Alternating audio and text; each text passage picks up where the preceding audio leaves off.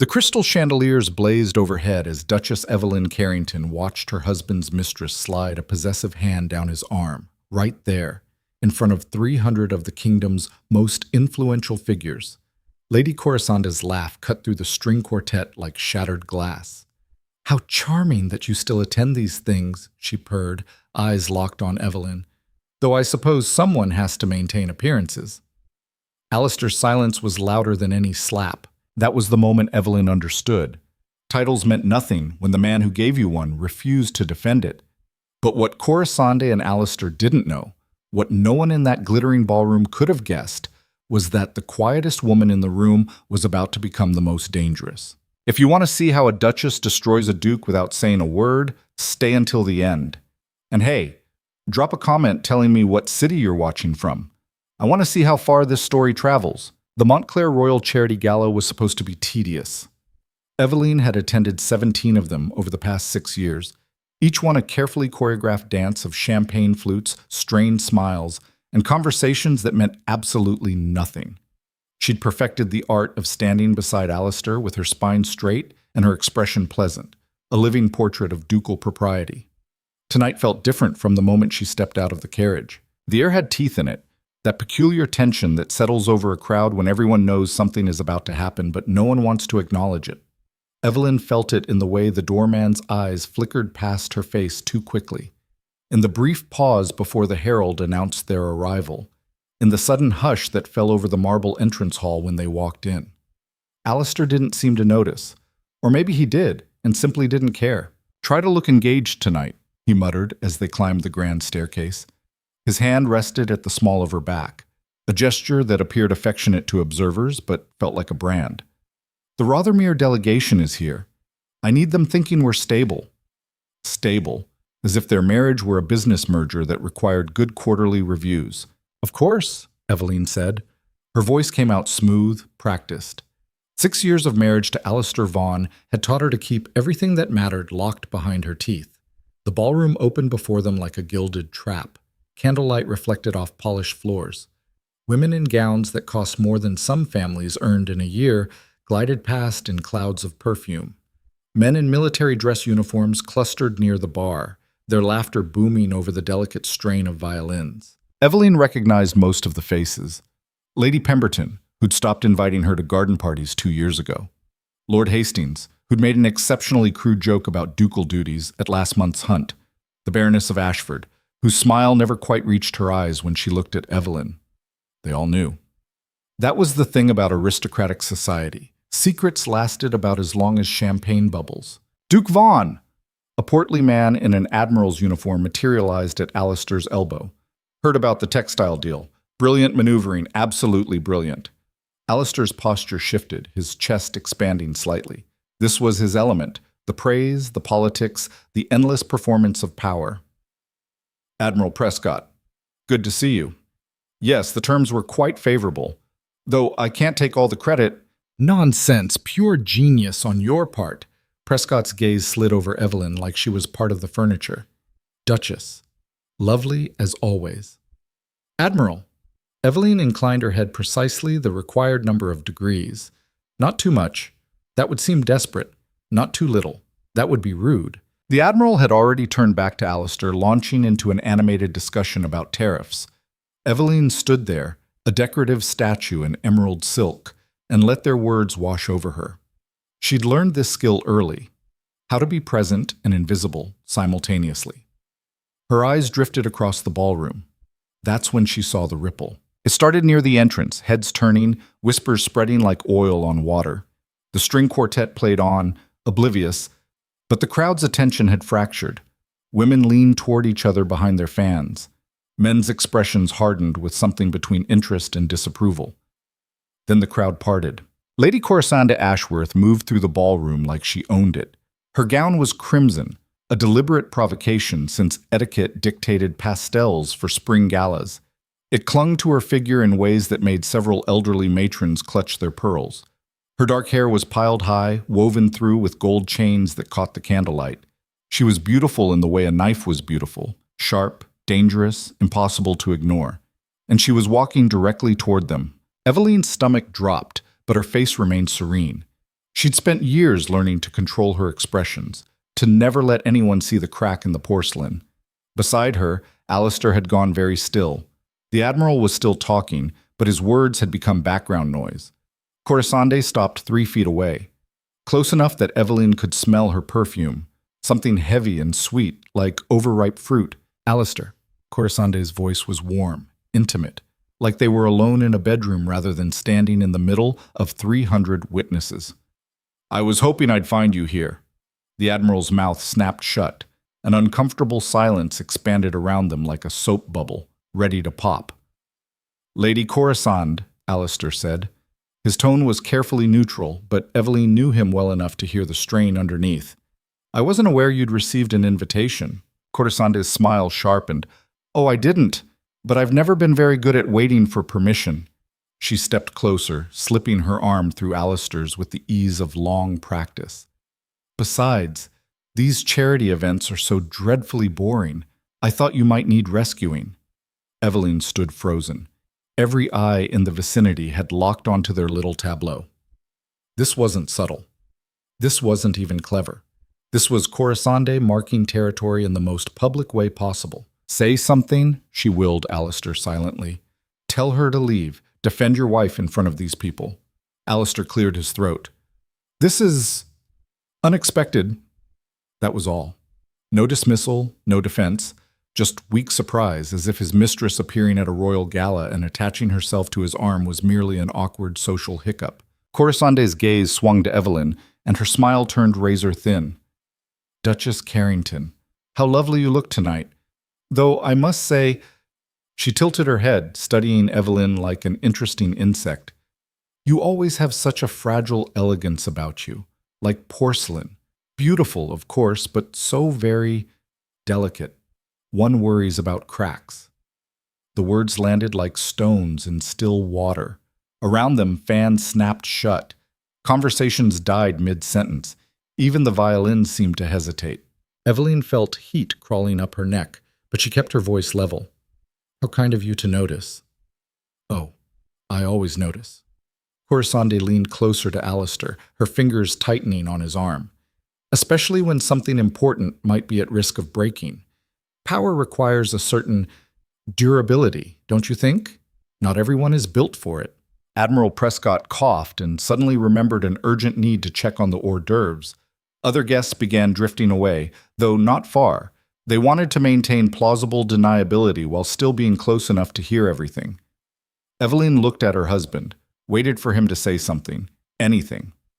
Alistair's jaw tightened, but he didn't pull his arm away from Corisande. Perhaps we should discuss this later. Discuss what? Corisande's laugh was bright and terrible. I'm simply making conversation with your wife. Surely that's not inappropriate. She paused, her eyes glittering. Or is there something inappropriate happening that I should know about? The implication hung in the air like smoke.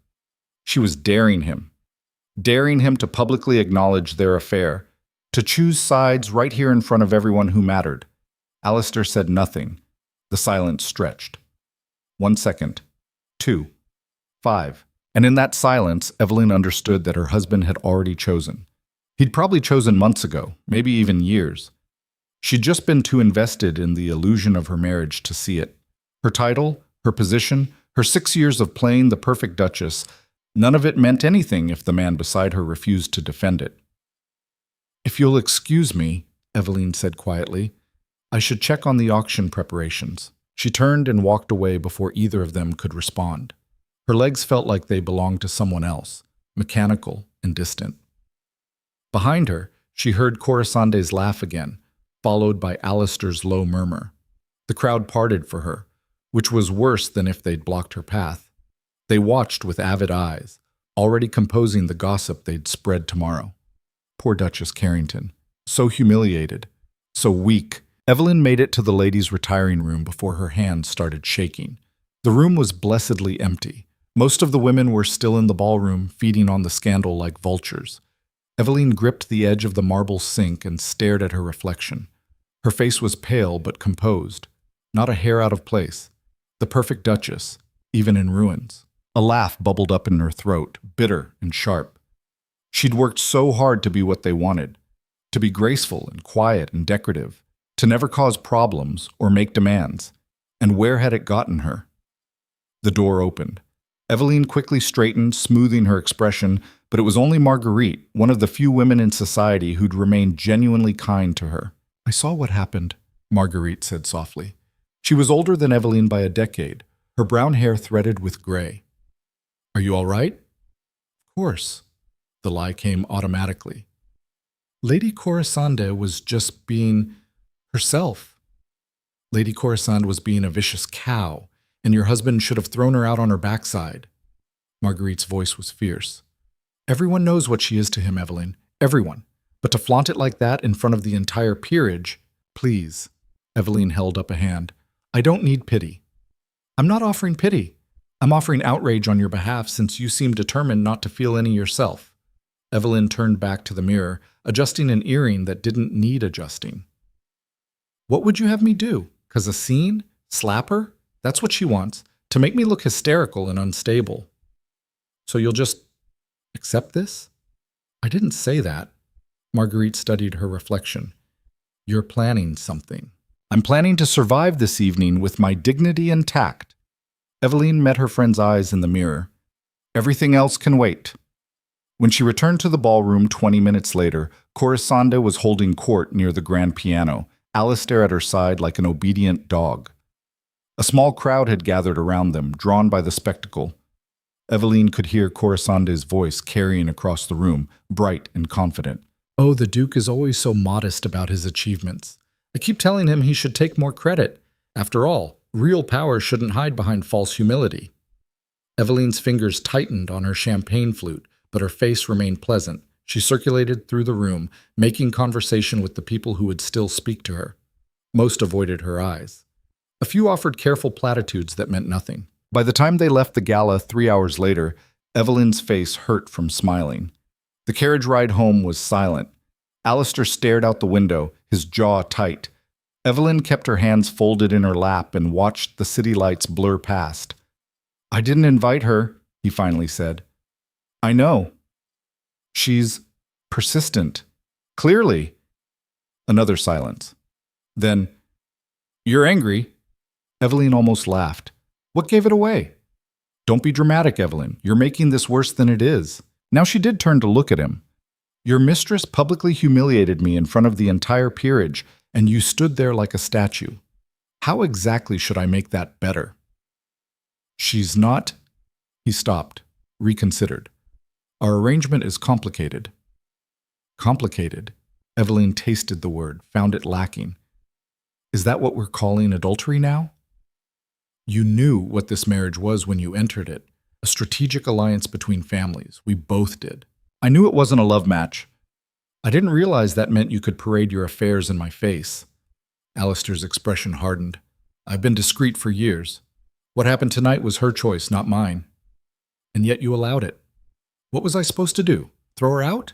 Create an even bigger scandal? You could have defended your wife." Eveline's voice cracked slightly on the last word. She hated herself for it.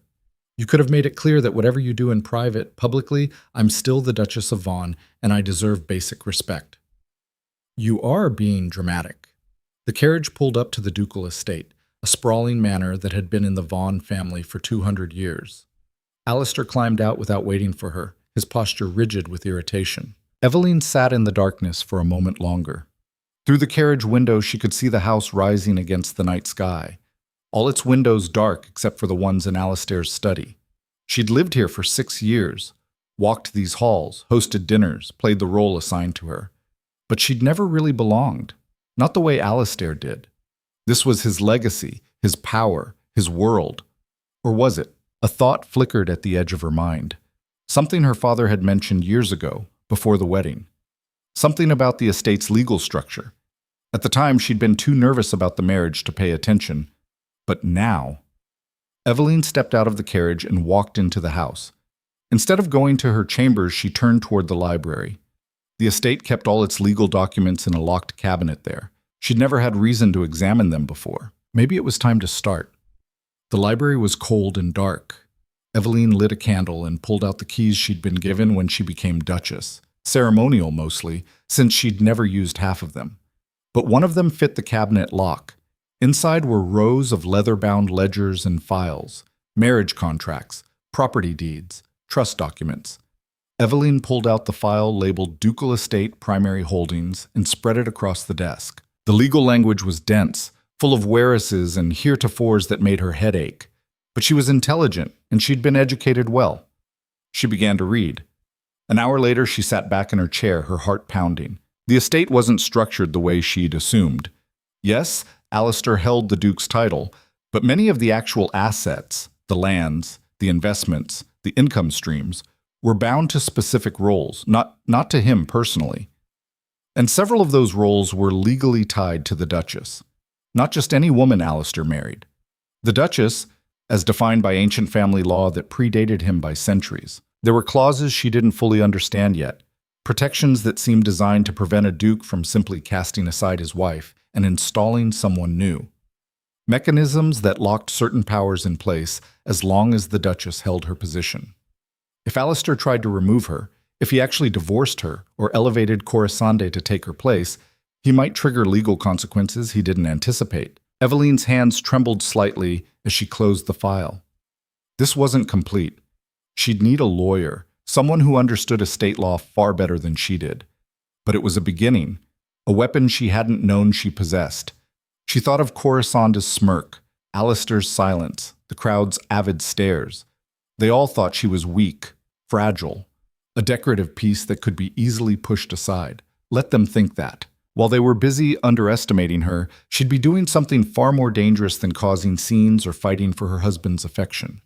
She'd be reading, learning, preparing, and when the time came, when Corisande pushed too hard and Alistair finally tried to formalize what everyone already knew, Evelyn would be ready. She locked the cabinet carefully and extinguished the candle. As she walked through the dark halls toward her chambers, she passed Alistair's study. Light spilled under the door. She could hear him inside speaking in low tones to someone, probably Corisande. Evelyn didn't stop, didn't knock, didn't demand answers. She simply kept walking, her mind already 3 moves ahead. They wanted her to break loudly, to scream and throw things and give them a reason to call her hysterical, to justify what they were already doing. She wouldn't give them that satisfaction. Instead, she'd do something much worse. She'd win. The next morning, Evelyn woke to find Corisande's perfume lingering in the hallway outside her chambers. She stood in her doorway, still in her dressing gown, and stared at the faint scent trail leading toward Alistair's wing. The servants moved past her with downcast eyes, pretending not to notice, pretending they hadn't seen Lady Corisande leaving the Duke's rooms at dawn. Mrs. Holloway, the head housekeeper who'd served the Vaughan family for 30 years, stopped beside her. "Your Grace, shall I prepare your breakfast in the morning room?" "Did she stay the night?" Evelyn asked quietly. Mrs. Holloway's wrinkled face tightened.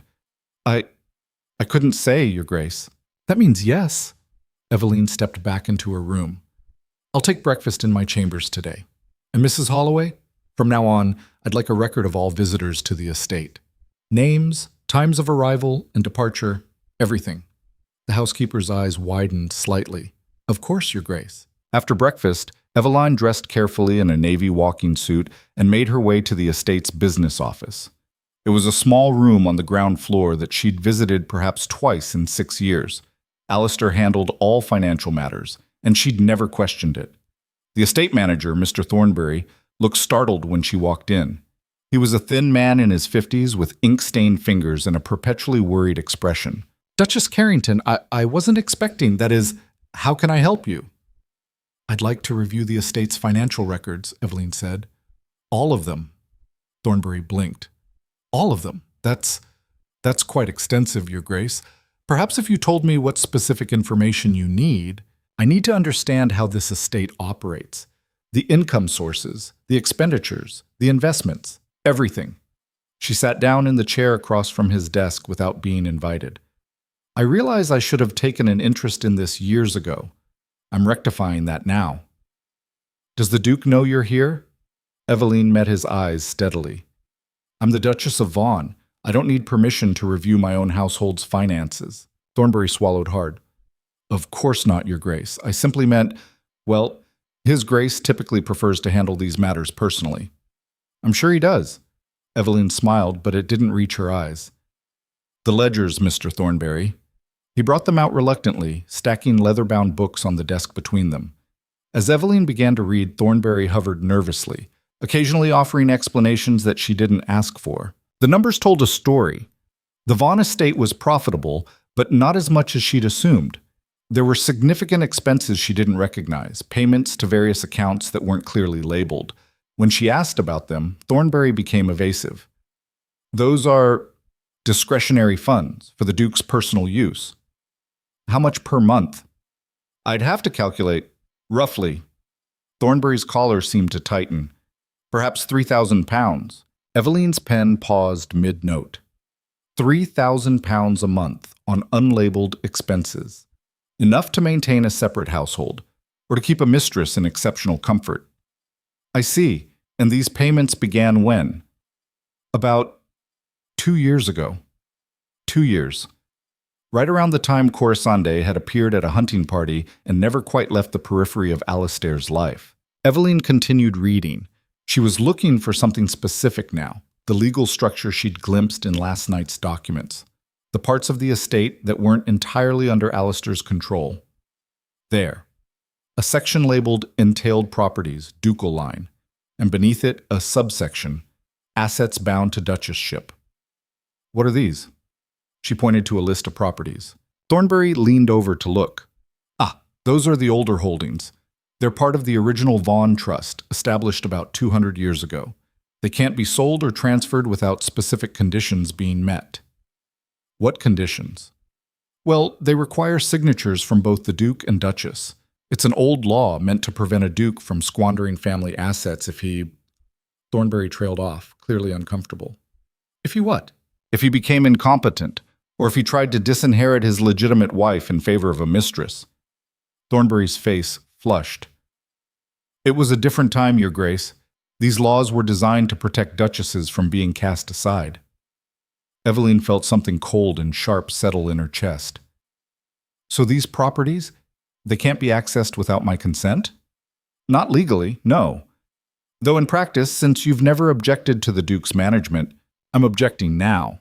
Evelyn closed the ledger. I want a complete inventory of all entailed properties, and I want to know exactly which assets require dual authorization. Your Grace, this is highly irregular. Mr. Thornberry, Evelyn's voice was soft but absolute. You work for the Vaughan estate, not for the Duke personally, and right now I'm asking you to do your job. If that's a problem, I can find someone else who'll be more cooperative. Thornberry went pale. No, Your Grace. I'll prepare the inventory. Good. I'll expect it by tomorrow morning. As Evelyn left the office, she felt a small surge of satisfaction. It was a start. Not much, but enough to understand the shape of the battlefield. She spent the rest of the day in the library reading through old family documents. The Vaughan lineage stretched back centuries, and somewhere in all that history were the rules that governed their present. She needed to understand them better than Alistair did. By evening, her head ached from the archaic language and legal terminology. She was about to retire when she heard voices in the main hall. Alistair's deep rumble and a woman's bright laughter. Corisande, again. Evelyn descended the stairs to find them in the entrance hall. Corisande wore a riding habit in deep burgundy, her hair loose around her shoulders. She looked flushed and happy, like she'd just come from some private adventure. Evelyn? Alistair's tone was carefully neutral. I didn't know you were home. Where else would I be? She looked at Corisande. Lady Ashworth. Another unexpected visit. Corisande's smile was all teeth. The Duke was kind enough to invite me riding. The estate's trails are simply magnificent. How generous of him to share them. Evelyn turned to Alistair. A word in private? His jaw tightened. Now isn't a good time. It wasn't a request. Corisande's eyebrows rose, but she stepped back. I'll wait in the drawing room. Don't be too long, darling. The casual endearment hung in the air like poison. Alistair didn't correct her. Evelyn led him to his study and closed the door. This has to stop. She's a guest. She's your mistress, and you're parading her through our home like she belongs here. Evelyn's voice shook slightly, but not with tears, with rage she'd kept bottled for too long.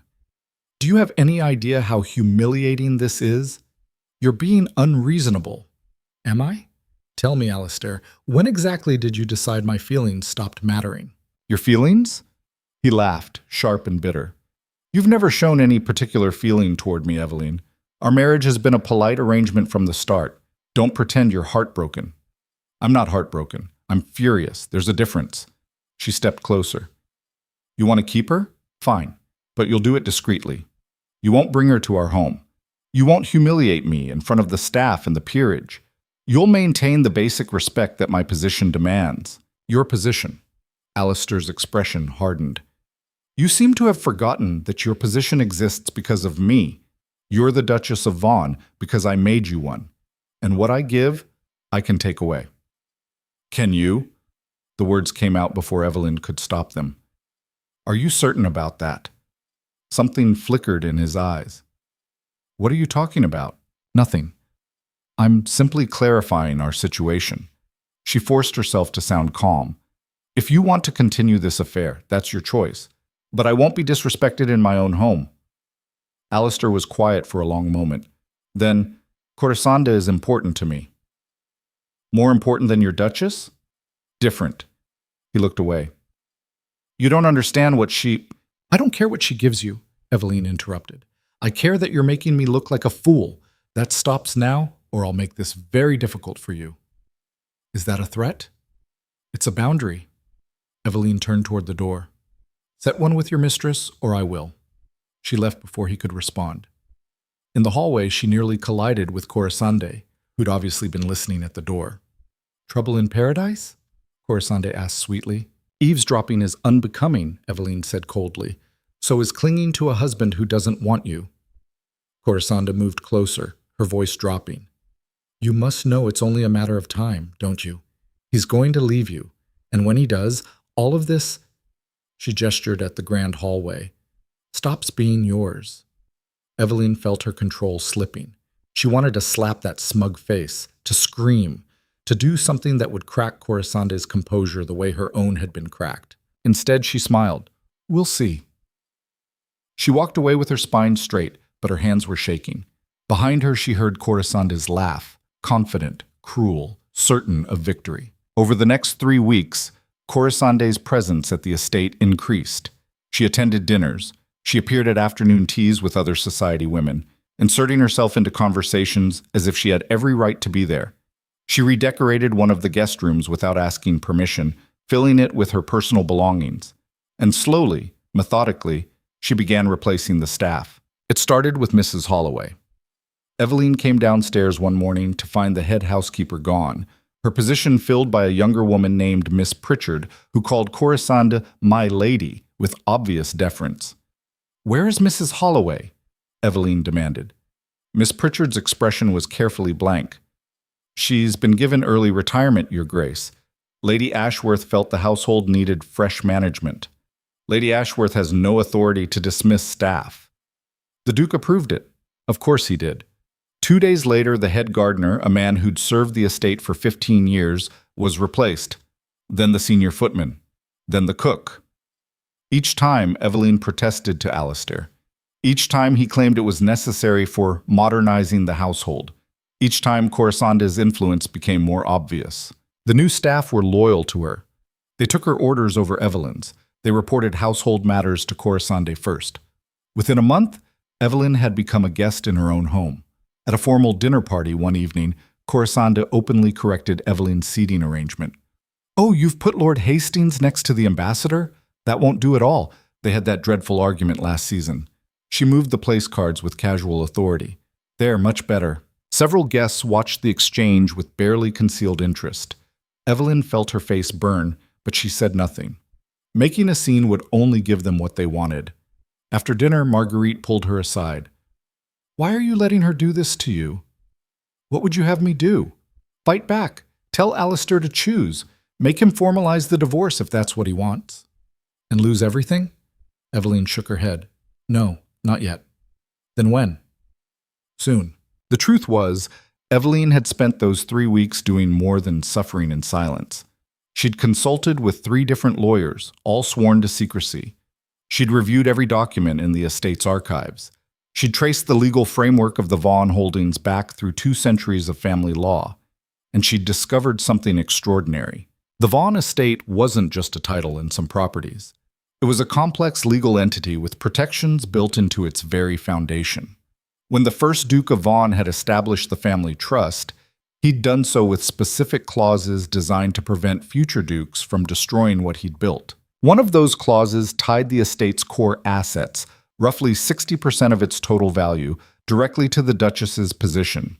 Not to whoever Alistair married, but to the legally recognized Duchess of Vaughan. As long as Evelyn held that title, those assets couldn't be transferred, sold, or significantly altered without her written consent. More critically, if Alistair tried to divorce her or elevate someone else to Duchess, the clause had teeth. It would freeze his access to those assets entirely until a new Duchess was legally and properly installed.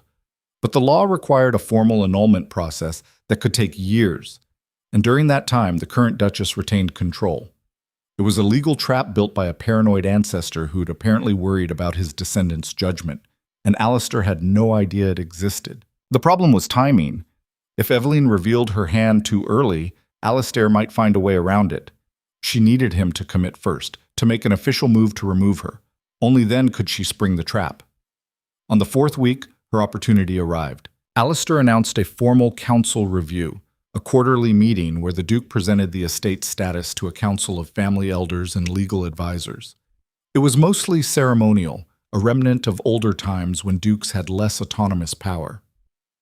The night before the council meeting, Corisande showed up at dinner wearing a necklace that made Evelyn's blood freeze.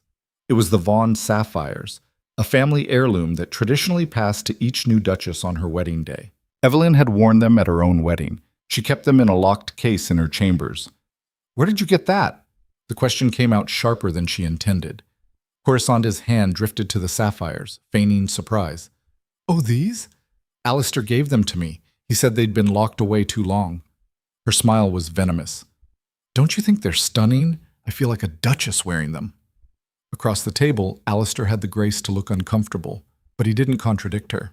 Evelyn set down her fork carefully. "Those are family heirlooms. They belong to the Duchess of Vaughan." "Technically, they belong to the Duke," Corisande corrected, "and he's chosen to lend them to me, unless you're suggesting he doesn't have that authority." The challenge was unmistakable. Every servant in the room had gone still, watching the confrontation unfold. "I'm suggesting," Evelyn said quietly, "that some things aren't yours to take. And I'm suggesting that perhaps it's time to acknowledge reality." Corisande leaned forward, her eyes glittering in the candlelight. "Everyone knows what's happening here. Why keep pretending?" "Corisande," Alistair's voice held a warning note. "Not now." "Why not now?" She turned to him. "You said yourself that the council meeting tomorrow would be a good time to address the household's future, to make things official." Evelyn's stomach dropped. What is she talking about? Alistair wouldn't meet her eyes. "We'll discuss it tomorrow." "We'll discuss it now." "Tomorrow," he repeated firmly. "At the council meeting, where it's appropriate." Evelyn stood up so quickly her chair scraped against the floor. "You're not serious." "Sit down, Evelyn." "You're going to try to remove me. Officially." Her voice rose despite her best efforts. "In front of the council, that's what this is." "This marriage has been a formality for years," Alistair said. "We both know it. I'm simply proposing we acknowledge that and move forward with arrangements that reflect reality." "Reality," Evelyn laughed, high and sharp. "Your reality involves installing your mistress as Duchess?" Corisande's smile was triumphant. "The estate needs someone who can actually fulfill the role, not just a decoration." "Get out." "I don't think so." Corisande settled back in her chair. "I live here now. This is my home as much as yours. More, actually, since the Duke actually wants me here." Something snapped inside Evelyn. She turned to Alistair. "Tell her to leave. Right now. Or I walk out of this house tonight, and you can explain to the council tomorrow why your Duchess refused to attend." "You won't do that," Alistair said, but he sounded uncertain. "Try me." They stared at each other across the table. Finally, Alistair sighed. "Corisande, perhaps you should retire for the evening." "But, please." Corisande stood up slowly, making a show of it. As she passed Evelyn's chair, she leaned down and whispered, "This changes nothing. Tomorrow, you're finished." After she left, silence filled the dining room. The servants fled quickly, leaving Evelyn and Alistair alone. "You can't do this," Evelyn said. "It's already done. The council will review the petition tomorrow. They'll see that our marriage has been dysfunctional for years, that separation is in everyone's best interest. And then what? You marry her? Eventually? Once the proper waiting period is observed." He stood up, straightening his jacket. "You'll be provided for, of course. A house in the city, an income. You won't suffer." "How generous. I'm not trying to hurt you, Evelyn, but we both know this hasn't been a real marriage in years, if it ever was." He left her sitting alone at the long table, the Vaughan family portraits staring down at her from the walls. Generations of dukes and duchesses, their painted eyes judging her failure. Evelyn sat there for a long time. Then she went to her chambers, pulled out the files she'd been compiling for weeks, and began preparing her response. Tomorrow, Alistair would present his petition to the council. He'd talk about dysfunction and separation and moving forward. He'd probably have documents prepared, legal arguments ready, maybe even testimony from staff about how uninvolved she'd been in estate management. He thought he'd planned for everything, but he hadn't planned for her. The next morning, Evelyn dressed in a deep gray gown with a high collar, dignified, serious, untouchable. She carried a leather portfolio under her arm as she walked into the council chamber. The room was oak-paneled and austere, dominated by a long table where 7 council members sat in formal dress. Alistair was already there, standing at the head of the table. Corisande sat in the gallery, her presence a violation of protocol that no one seemed willing to address. Evelyn took her seat without acknowledging any of them. "Let's begin," said Lord Pemberton, the council's chairman. He was 80, if he was a day, with white whiskers and eyes like a hawk. "Duke Vaughan has requested this extraordinary session to discuss matters of estate succession and household management. Your Grace, please proceed." Alistair cleared his throat. "Thank you. As you all know, the Duchess and I have maintained a cordial but distant marriage for several years. After careful consideration, I believe it's time to formalize a separation that will allow both of us to move forward with our lives." He outlined his proposal with lawyerly precision. Generous settlements for Evelyn, an amicable parting, language about irreconcilable differences, and mutual respect. The council members listened impassively. A few took notes. None looked particularly surprised. They'd probably heard rumors for weeks. When Alistair finished, Lord Pemberton turned to Evelyn. "Your Grace, do you wish to respond?" "I do." Evelyn opened her portfolio and pulled out a stack of documents. "Gentlemen, I've spent the last month reviewing the legal structure of the Vaughan estate, specifically the entailment clauses established by the first Duke of Vaughan in 1724. Alistair frowned. "What does that have to do with everything?" Evelyn passed copies of the documents around the table. "According to these clauses, approximately 60% of the estate's core assets are legally bound to the position of Duchess. They cannot be transferred, sold, or managed without the Duchess's explicit written consent." Lord Pemberton adjusted his spectacles and began reading. His expression shifted from bored to very interested. "Furthermore," Evelyn continued, "if the Duke attempts to remove or replace the sitting Duchess through divorce or annulment, these clauses contain a specific provision. All access to the bound assets is immediately frozen until a new Duchess is legally and formally installed through proper channels." "That's archaic law," Alistair said, but his voice had gone tight. "Those clauses haven't been enforced in—" "They've never been challenged," Evelyn corrected, "because no duke has been foolish enough to try to remove his Duchess without understanding the consequences." One of the younger council members, Lord Hastings, leaned forward. "Your Grace, are you saying that if we approve the Duke's petition, he loses access to most of his estate?" "Not most. 60% of the core holdings, the profitable ones." Evelyn met Alistair's eyes. "The coal mines in Yorkshire, the shipping investments, the London properties, all bound to the Duchess's authority under the 1724 clauses." The room erupted. Council members talked over each other, demanding to see the original documents. Alistair stood frozen, his face white. In the gallery, Corisande had stopped smiling. Lord Pemberton banged his gavel. "Order! Let me see the source documents." Evelyn had them ready. She'd spent 2 weeks having them verified by 3 different legal scholars, all of whom confirmed that the clauses were valid and enforceable. As Pemberton read, his expression grew darker. Finally, he looked up at Alistair. "Did you know about this?" Alistair seemed to be struggling to form words. "The estate's legal structure is complex. I couldn't possibly be expected to—" "You were about to dissolve your marriage without understanding its legal ramifications," Pemberton said flatly. "That's inexcusable negligence." "This is absurd," Corisande called out from the gallery. "You can't let ancient legal nonsense prevent—" "Lady Ashworth, you will be silent or you will be removed," Pemberton snapped. He turned back to Evelyn. "Your Grace, what is your position?" Evelyn folded her hands on the table. She'd practiced this moment in her mind 100 times. "I have no desire to be married to a man who doesn't want me. However, I also have no intention of being cast aside so that my husband can elevate his mistress to a position she has no legal right to hold." "So you oppose the separation?" "I oppose being removed as Duchess of Vaughan. If the Duke wishes to live separately, that's his choice. But I will retain my title, my position, and my legal authority over the estate assets bound to that position." She paused. "Those are my terms." Alistair found his voice. "That's extortion." "That's the law." Evelyn's voice was ice.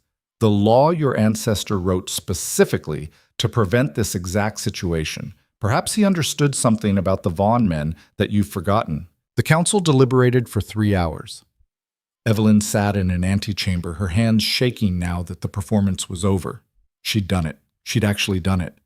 When they called her back, Lord Pemberton's expression told her everything. "The council finds that the 1724 entailment clauses are legally valid and binding. Any attempt to remove the current Duchess of Vaughan from her position would indeed trigger the asset freeze provisions." He looked at Alistair with something like disappointment. "Your petition is denied. The Duchess retains her full title and authority." Corisande stood up in the gallery, her face twisted with rage. "This is insane! You're going to let her hold the entire estate hostage because of some dusty old law?" "The law is the law," Pemberton said. "This council exists to uphold it." Alistair stared at Evelyn like he'd never seen her before. "You planned this." "I read," Evelyn corrected quietly, "which is apparently more than you did." She walked out of this council chamber with her head high, leaving them all behind. In the hallway, she finally let herself lean against the wall, her knees weak with relief and triumph. She'd won. Against Alistair, against Corisande, against every person who dismissed her as weak and decorative. But as she heard Corisande's furious voice echoing from the council chamber, she realized something important. This wasn't over. She'd just made herself a target. Corisande's retaliation came within 48 hours. Evelyn was reviewing correspondence in the morning room when Miss Pritchard appeared in the doorway, her expression carefully neutral in that way that meant trouble. "Your Grace, there's been an incident with the household accounts." Evelyn looked up from her letters. "What kind of incident?" "Several vendors are refusing delivery. They claim the estate hasn't paid its bills in 3 months." Miss Pritchard's tone suggested she didn't quite believe it herself. "The butcher, the wine merchant, the fabric suppliers, all of them have sent notices." "That's impossible. I saw the ledgers last week. Everything was current."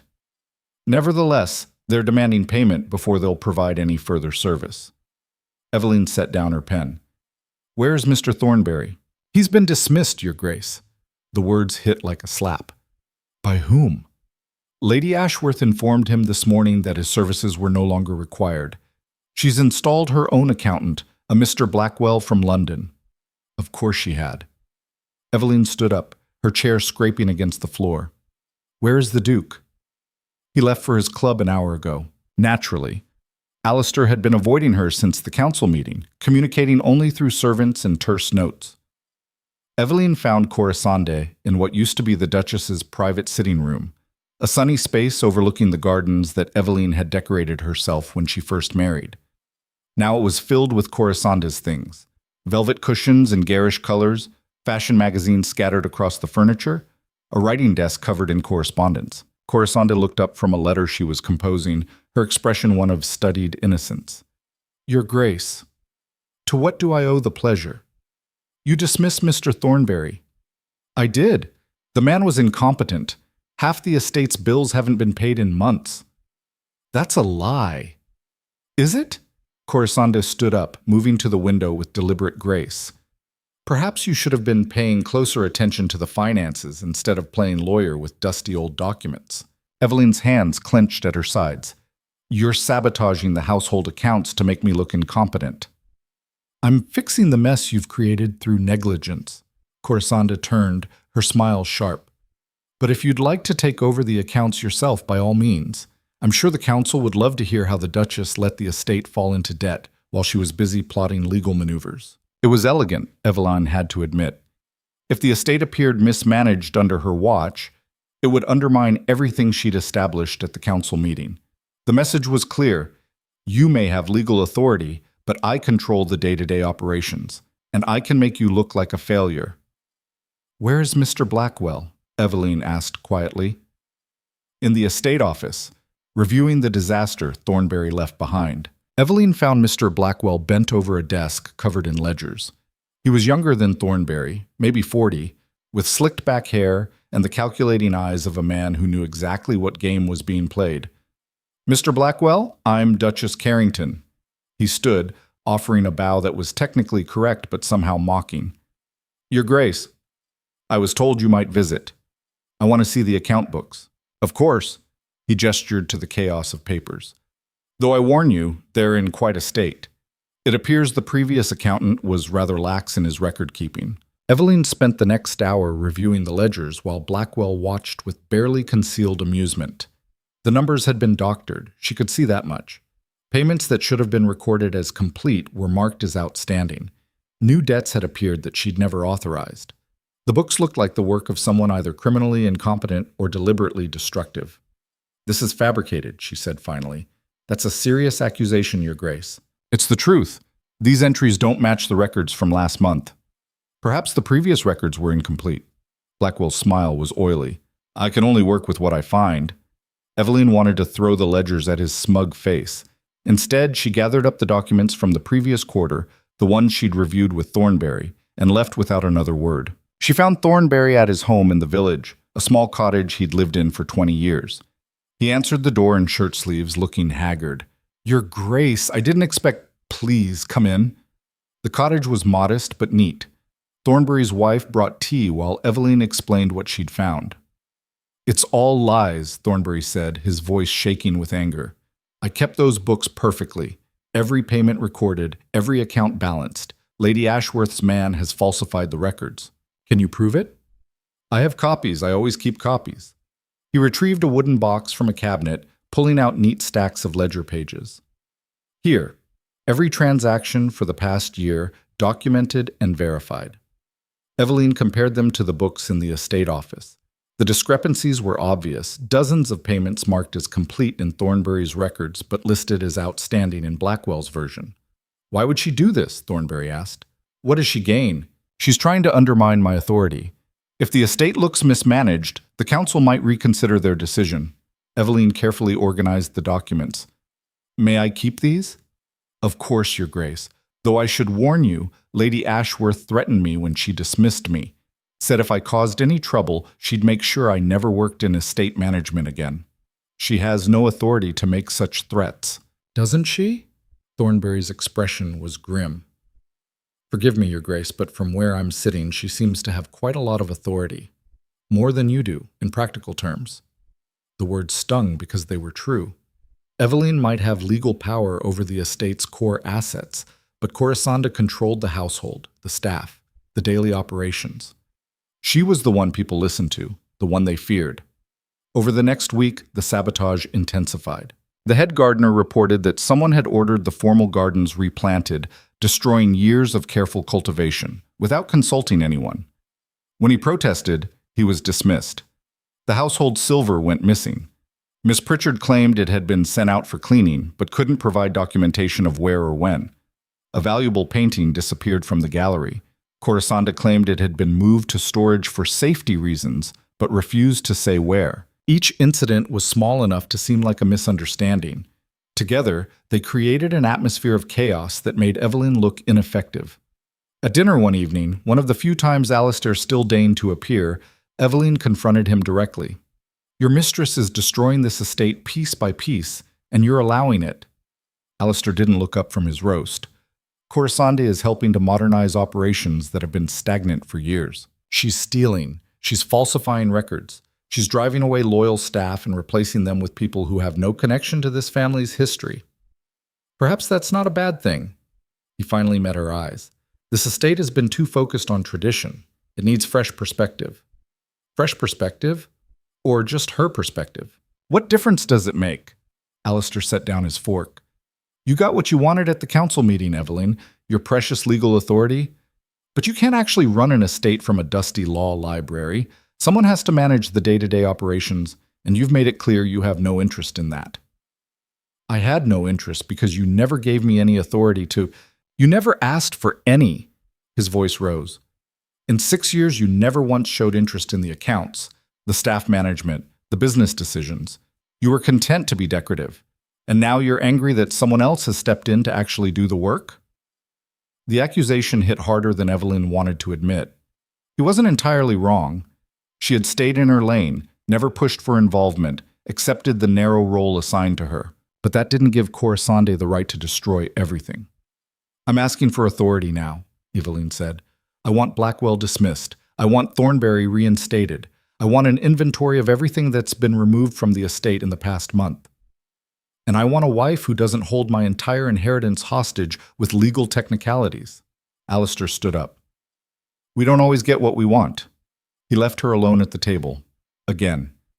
The breaking point came 3 days later.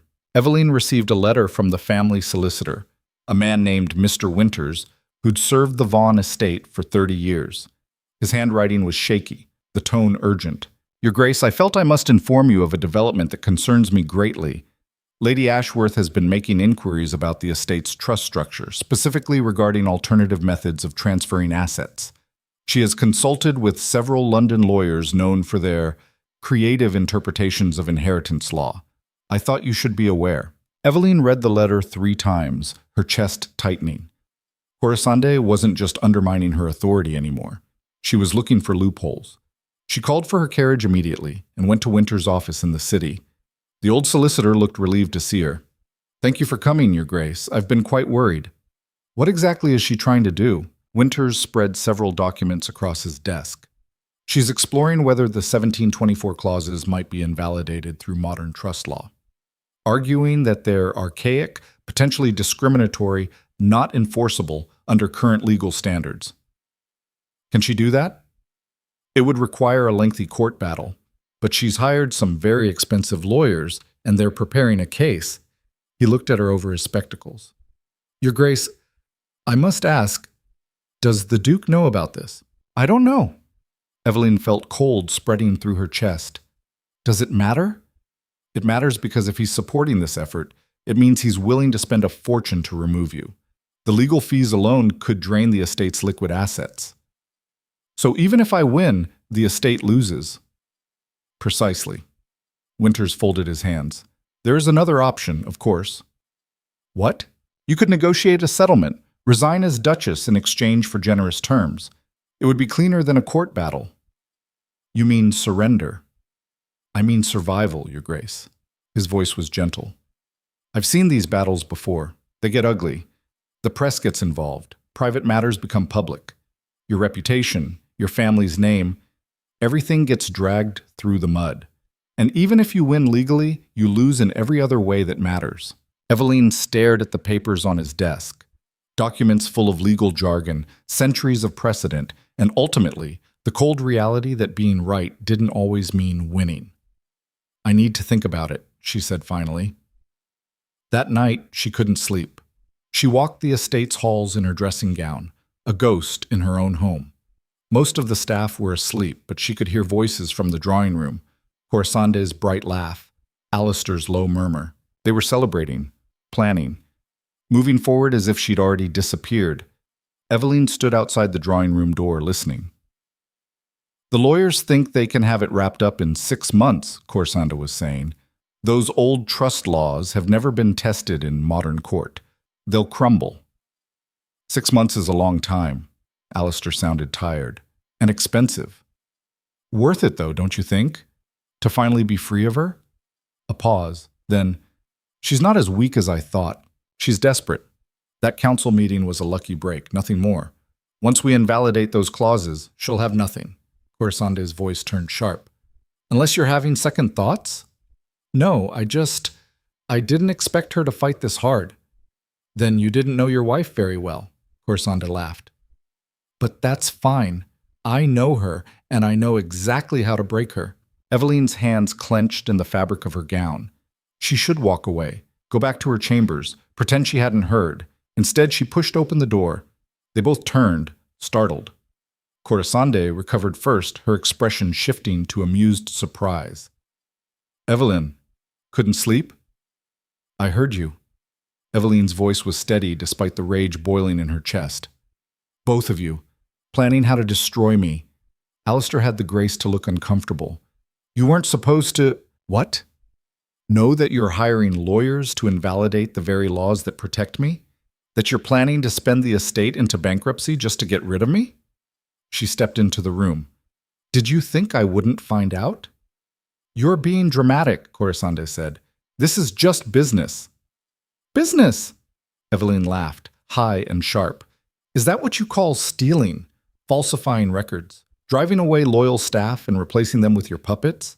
I call it taking control of an estate that's been poorly managed for years. You have no right. I have every right. Corisande stood up, her composure finally cracking. I'm the one Alistair loves. I'm the one who should be Duchess, not some weak, pathetic woman who hides behind legal documents because she can't hold on to her husband through any actual merit. The words hung in the air like poison. Eveline looked at Alistair. Is that what you think? That I'm weak and pathetic? He wouldn't meet her eyes. I think this situation is untenable for everyone. Say it. Eveline's voice shook. If you want me gone, have the courage to say it to my face. Fine. Alistair stood up, his expression hardening. I want you gone. I want a divorce. I want to marry Corisande and move on with my life. Is that clear enough? The words should have hurt more than they did. Maybe Eveline had known for so long that hearing them out loud was almost a relief. Crystal clear. She turned to leave, then stopped. But you should know, I'm not going anywhere. You want a court battle? You'll get one. And I'll make sure everyone knows exactly what kind of man abandons his wife for his mistress. What kind of man lets that mistress destroy his family's legacy out of spite. You'll lose, Corisande said confidently. Those laws won't hold up in modern court. Maybe, Eveline met her eyes. But I'll make you both miserable while we find out. She left before either of them could respond. The next morning, Eveline did something she'd been avoiding for weeks. She went to see Marguerite and asked for help. Marguerite's townhouse was elegant but comfortable, filled with books and art. She took one look at Eveline's face and ordered tea immediately. Tell me everything. Eveline did. The council meeting, Corisande's sabotage, the legal threats, last night's confrontation. When she finished, Marguerite was silent for a long moment. You need allies, she said finally. Real ones. People with influence who can put pressure on Alistair and Corisande from the outside. Who would help me? Half of society thinks I'm getting what I deserve. The other half thinks Corisande is an ambitious opportunist who needs to be put in her place. Marguerite leaned forward. You're not the only wife who's been humiliated by her husband's mistress, Eveline. There are a lot of women who would love to see you win this fight. What are you suggesting? A coalition. We start quietly. Dinner parties, afternoon teas, carefully worded conversations. We remind people that if Alistair can discard his Duchess this easily, none of their positions are safe either. We make this about more than just you. It was clever. Dangerous, but clever. And if it doesn't work, then at least you tried. Marguerite gripped her hand. But I think you'll be surprised how many people are ready to fight alongside you. Over the next 2 weeks, Marguerite orchestrated a quiet campaign. She hosted gatherings where influential women expressed shock over Corisande's behavior.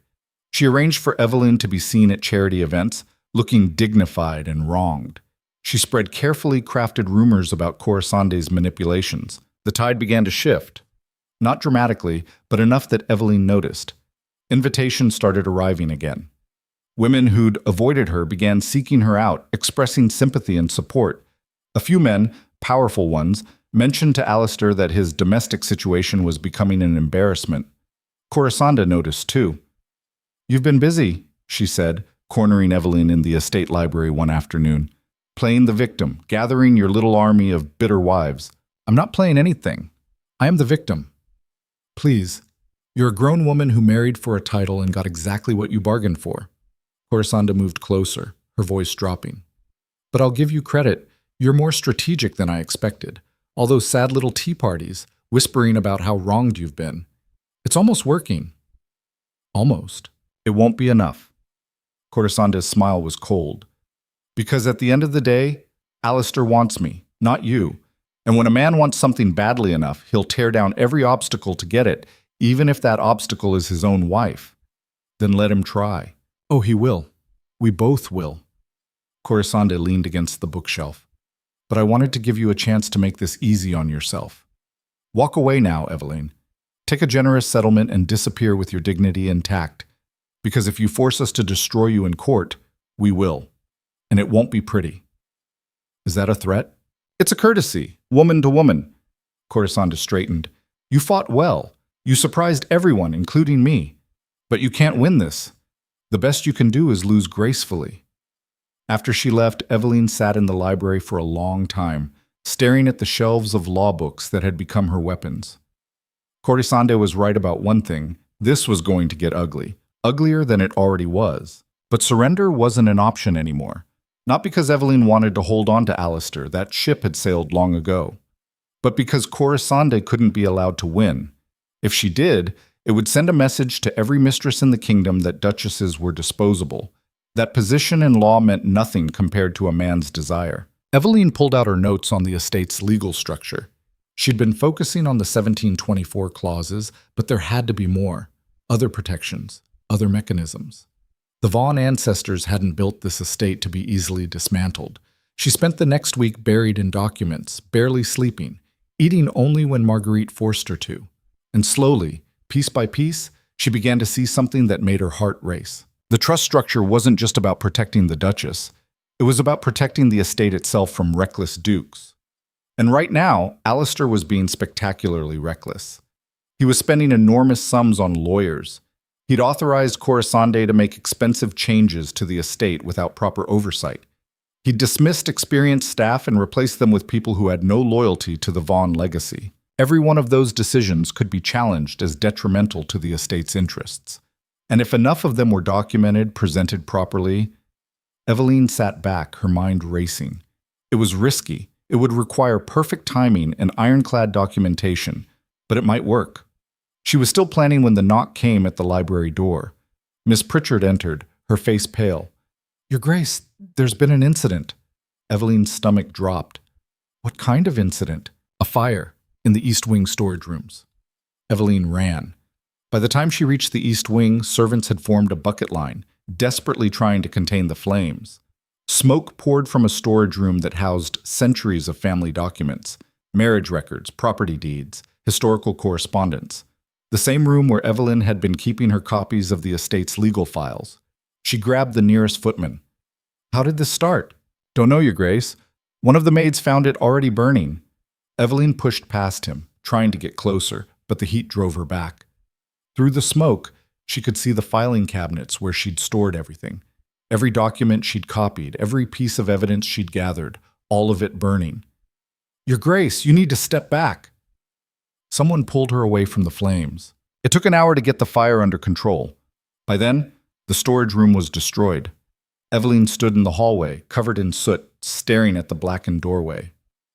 "How convenient," Marguerite said quietly beside her. She'd arrived when she heard the news. "A fire that destroys only your documents." "She did this." Evelyn's voice was flat. "Corisanda did this." "Can you prove it?" "No." That was the genius of it. A tragic accident, nothing more, except Evelyn knew better. The fire marshal arrived the next morning, a heavy-set man who examined the ruins with professional detachment. "Looks like it started near the oil lamps," he said. "Probably knocked over accidentally." "There were no oil lamps in that room," Evelyn said. "We use gas lighting throughout the East Wing." The marshal frowned. "Are you certain?" "Completely certain." He made a note in his book, but didn't seem particularly concerned. Even so, these old buildings are fire hazards. I'd recommend updating your safety measures. After he left, Eveline returned to the library and pulled out every document she still had. It wasn't enough. She'd lost critical pieces, original contracts, verified copies, documentation she couldn't easily replace. Corisande had just crippled her case. That evening, Alistair summoned her to his study. He looked tired, older than she'd ever seen him. "The fire investigation is closed," he said without preamble.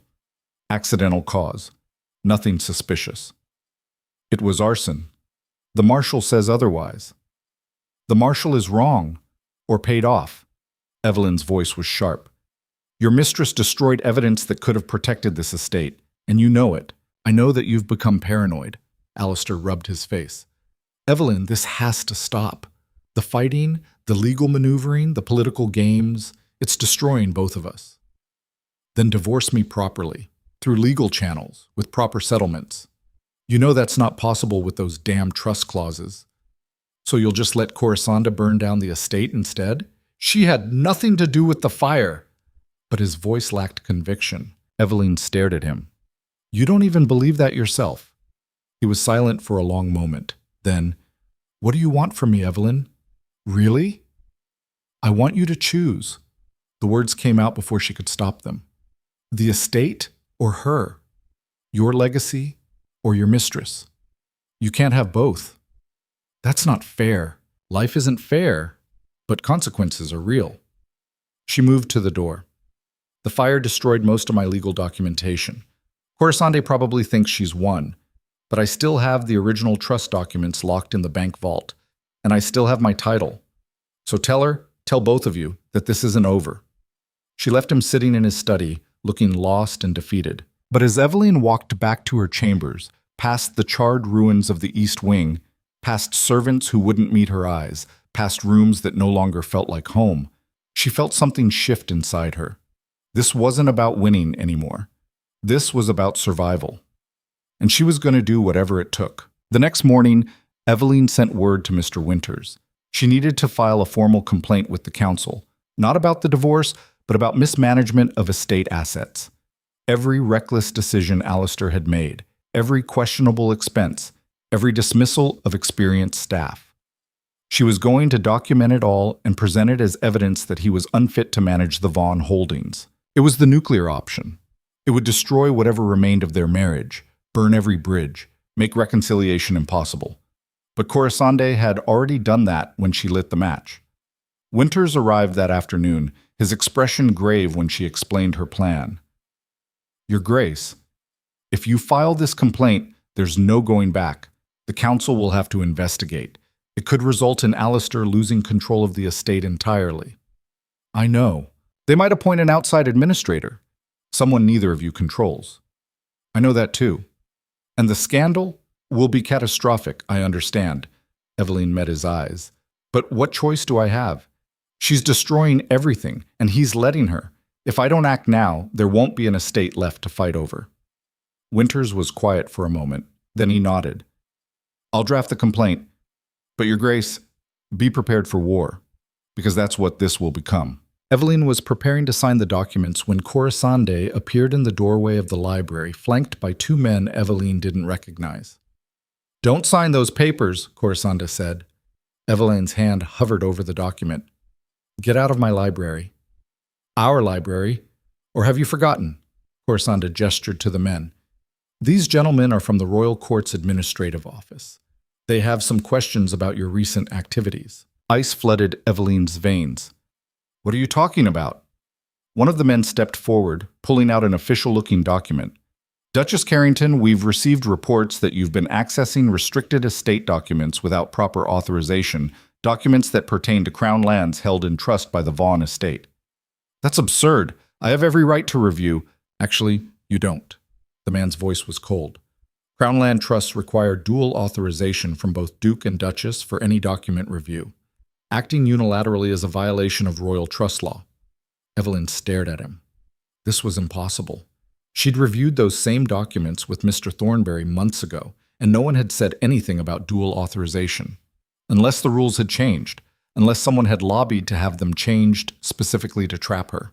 "This is a setup," she said quietly. Cortesande's smile was triumphant. "This is the law, which you seem so fond of citing when it benefits you." The official cleared his throat. "We'll need to confiscate any Crown Trust documents in your possession, and you'll need to appear before the Royal Administrative Court next week to address these allegations." "What allegations? I haven't done anything wrong." "That will be determined by the court." He held out his hand. "The documents, Your Grace." Evelyn looked at Winters, who'd gone pale. The old solicitor shook his head slightly. There was nothing he could do. She handed over the files she'd been reviewing, watched as the officials rifled through her desk, taking anything that looked remotely related to Crown lands. They even took her personal notes. When they left, Cortesande lingered in the doorway. "You should have taken my offer," she said softly, "when I gave you the chance to leave gracefully. Now you're going to leave in disgrace. You orchestrated this, the fire, the accusations, all of it. I simply made sure the proper authorities were informed of your overreach." Cortesande examined her nails. "You wanted to play with legal weapons, Eveline, but you forgot. I can play that game too. And I play to win." She left, her footsteps echoing down the hall. Eveline sank into her chair, her hands shaking.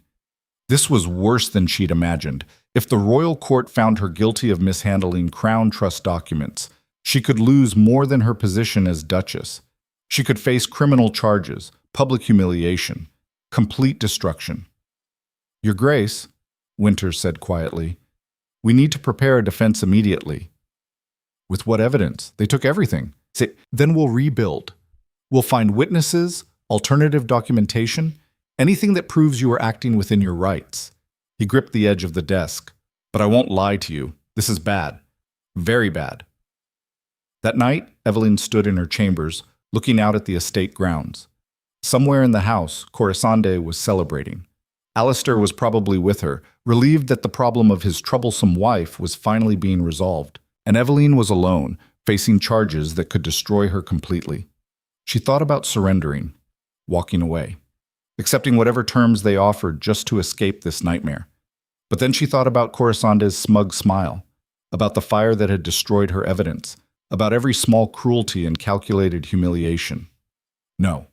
If she was going down, she was taking them with her. Eveline opened her locked jewelry box and pulled out the one thing Cortesande didn't know about, a small key that her father had given her on her wedding day.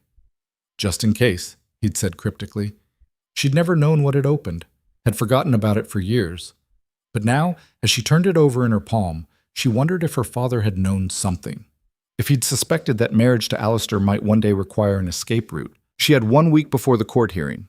1 week to figure out what this key unlocked and whether it could save her.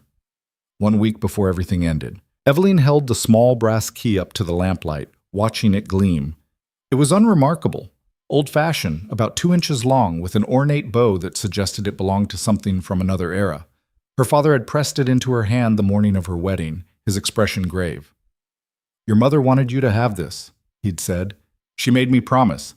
Said every woman needs an escape route, even in the best marriages."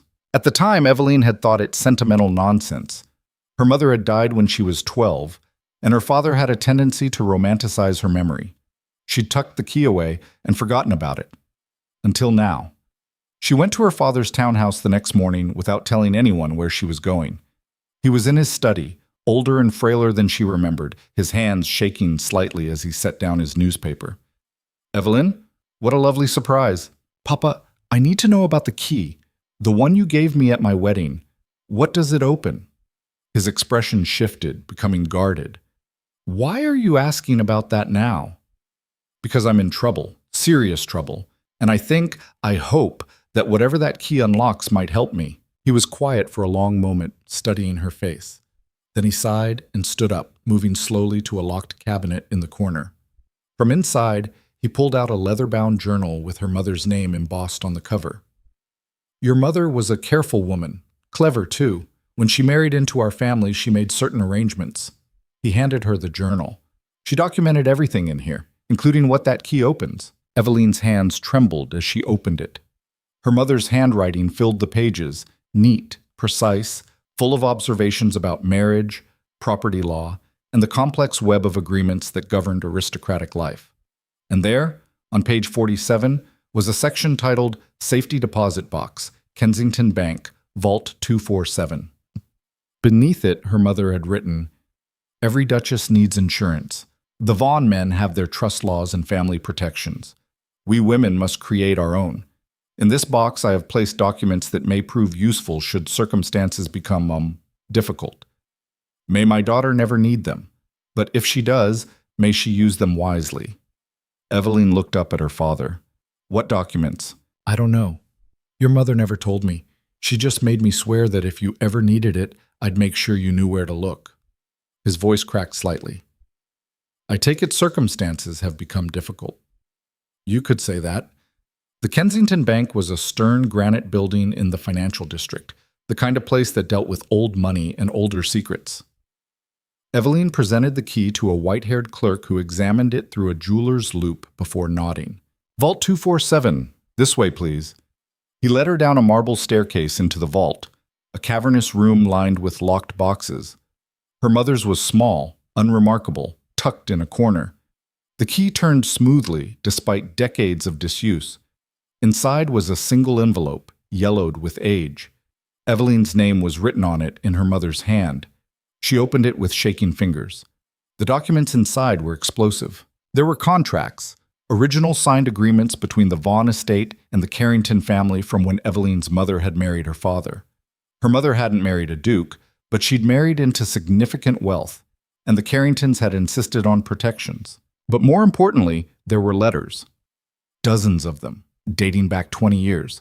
Letters between her mother and other duchesses, other aristocratic wives, documenting a quiet network of women who'd been pooling information about their husbands' estates. They'd been creating a shadow archive, copies of wills, trust documents, financial records, evidence of affairs and illegitimate children and financial improprieties.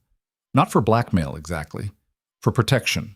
For leverage if their husbands ever tried to discard them. And among those documents was a complete copy of the original Vaughan Trust from 1724, not just the sections Evelyn had already found, but the full text, including clauses that had apparently been quietly removed from the official estate records sometime in the 1800s. Clauses that gave the Duchess far more power than anyone currently realized. Evelyn sat in the vault's private viewing room for 3 hours, reading every page. Her mother had been meticulous. She'd anticipated exactly this kind of situation. A duke who wanted to discard his duchess, a mistress who wanted to take her place, a family that valued male legacy over female dignity, and she'd left Evelyn the weapons to fight back. When Evelyn emerged from the bank, she went directly to Marguerite's townhouse. "I need your help," she said without preamble, "and I need you to gather every woman in your network who's ever been humiliated by her husband's mistress." Marguerite's eyes sharpened. "What are you planning?" "To change the rules of the game." Over the next 4 days, Marguerite worked her connections. She hosted a series of carefully orchestrated gatherings, afternoon teas, charity meetings, informal dinners. Each one brought together women who had something in common. They'd all been discarded, humiliated, or threatened by their husbands' affairs. The Baroness of Ashford, whose husband had installed his mistress in a house next door to the family estate. Lady Pemberton, who'd lost half her settlement in a nasty divorce. The Countess of Rothermere, whose husband's illegitimate children were being educated better than her own legitimate ones. Evelyn showed them the documents. Not all of them, she kept the most damaging information in reserve, but enough to prove that their husbands' estates were more vulnerable than anyone realized, that the old trust laws created openings for duchesses and wives to exercise real power if they knew where to look. "What are you proposing?" Lady Pemberton asked, her expression skeptical. "A coalition. We pool our information, share our legal strategies, and support each other publicly." Evelyn spread the documents across Marguerite's dining table. "Right now we fight these battles alone. Our husbands present a united front. They have their clubs, their political alliances, their lawyers, but we have something they don't." "What's that?" "Documentation. Your mother didn't just protect herself. She connected with other women who were doing the same thing. And together, they created an archive that could expose half the peerage's dirty secrets if necessary." The room went very quiet. "You're talking about blackmail," the Countess said flatly. "I'm talking about leverage." Evelyn met her eyes. "I'm talking about making it clear that if they want to destroy us publicly, We can destroy them right back. Mutually assured destruction. It's not pretty, but it works. And if they call our bluff, then we follow through. Every affair, every illegitimate child, every financial impropriety, it all becomes public record. Evelyn's voice hardened. I'm tired of playing nice. I'm tired of being the dignified, silent Duchess while my husband's mistress burns down my home. If they want war, we give them war. Lady Pemberton leaned back in her chair, a slow smile spreading across her face. I'm in. One by one, the others agreed. By the end of the week, Evelyn had a coalition of 12 influential women, each one with her own grievances and her own information to contribute. They called themselves, with dark humor, the Duchess's Defense League. The first public move came at the Rothermere Ball, 3 days before Evelyn's court hearing. It was one of the season's major events, attended by everyone who mattered. Corisande arrived on Alistair's arm, wearing diamonds that had belonged to Alistair's grandmother, another piece of Vaughan heritage that had been given away. Evelyn arrived alone, dressed in midnight blue with her mother's pearls. She'd lost weight over the past weeks, her face sharper, her eyes harder. She looked like someone who'd been through fire and emerged made of steel. The ballroom went quiet when she entered. Corisande whispered something to Alistair, who looked uncomfortable. They'd probably expected Evelyn to skip the event entirely, to hide away in shame while the court hearing loomed. Instead, Evelyn walked directly to the center of the room and began speaking with the Duchess of Pemberton in a voice just loud enough to carry. I've been reviewing my mother's documents. Fascinating reading. Apparently she corresponded with your mother extensively. Pemberton smiled. Yes, they were quite close. They had so much in common, both dealing with difficult marriage situations. Difficult is one word for it. My mother documented everything, every conversation, every legal maneuver, every piece of evidence that might prove useful someday. Evelyn's voice was conversational, but calculated. She always said information was power. Around them, people were listening, pretending not to, but definitely listening. How wise of her, Pemberton said. I wish more women understood that. Instead of suffering in silence, they should document everything, create their own archives. Exactly what I've been thinking. Evelyn accepted a glass of champagne from a passing servant. In fact, I've been meeting with several other ladies who share that philosophy. We've been comparing notes. The implication was clear, and from the sudden tension in the room, everyone understood it. Alistair appeared at Evelyn's elbow, his jaw tight. Might I have a word? Of course. Here's fine. In private. I don't think so. I've learned that private conversations tend to favor the person with more power. I prefer witnesses now. His face flushed. You're embarrassing yourself. Am I? I thought I was having a conversation about historical documentation with the Duchess of Pemberton. Evelyn smiled pleasantly. Is there something embarrassing about that? Corisande materialized beside Alistair, her expression venomous. You should leave, before you make this worse for yourself. Make what worse, my impending court hearing? Evelyn's voice carried across the ballroom. The one where I'm being accused of mishandling Crown Trust documents? Yes, I suppose that is rather embarrassing. Almost as embarrassing as discovering that the charges were filed by someone with no legal standing who managed to manipulate the system through political connections. Several heads turned openly now. This was getting interesting. Those charges are legitimate, Corisande said. Are they? Because my lawyers have been reviewing the filing.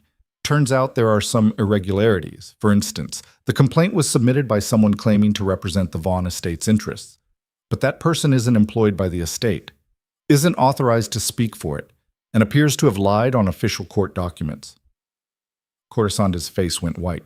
That's ridiculous. Is it? Evelyn pulled a folded paper from her evening bag.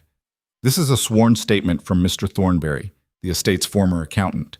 He confirms that you had no authority to file legal complaints on behalf of the Vaughan estate, which means the entire case against me is fraudulent. The ballroom was dead silent now. Everyone was watching. Alistair grabbed Evelyn's arm. Where did you get that? I've been busy. She pulled free of his grip. While you and your mistress were planning my destruction, I was building my defense. Turns out, when you're about to lose everything, you get very motivated to find evidence. This is slander, Corisande hissed. It's truth, which I'll be happy to present in court, along with documentation of every other fraudulent action you've taken over the past 2 months. Evelyn looked at Alistair. Your mistress has been stealing from the estate, falsifying records, and filing false legal charges, and you've let her do it because you were too infatuated to notice. I don't have to listen to this. Alistair turned to leave. You're right, you don't. But the council will, so will the court, so will everyone here, because I'm done being quiet about what you've both done. Evelyn turned and walked away, leaving them standing in the middle of the ballroom while hundreds of witnesses whispered and stared. It was a performance, carefully calculated. And it worked. By the next morning, every drawing room in London was buzzing with the story. The Duchess of Vaughan had publicly accused her husband's mistress of fraud. She had evidence. She had witnesses. And she had the backing of a dozen other influential women who were suddenly very interested in making sure this case was handled properly. The pressure worked faster than Evelyn had expected. 2 days before the court hearing, she received a message from the Royal Court's administrative office. The charges against her were being dropped due to procedural irregularities in the filing. No apology, no explanation, just a terse notification that the matter was closed. Evelyn sat in Marguerite's parlor, staring at the letter. We did it. You did it, Marguerite corrected. That performance at the ball was brilliant, brutal, but brilliant. It's not over yet. The charges are dropped, but Corisande is still there, still influencing Alistair, still trying to position herself as the future Duchess. So what's your next move? Evelyn pulled out the original Vaughan Trust document, the complete version her mother had saved. I'm going to finish what I started. I'm going to show the council exactly how much power the Duchess of Vaughan actually has. The emergency council meeting was called for the following week.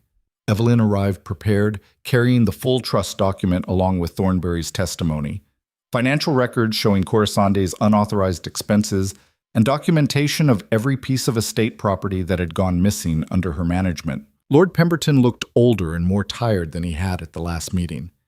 Duchess Carrington, this is highly irregular. The council only just ruled on your husband's separation petition. I'm not here about the separation. I'm here to report mismanagement of estate assets and request intervention to prevent further damage.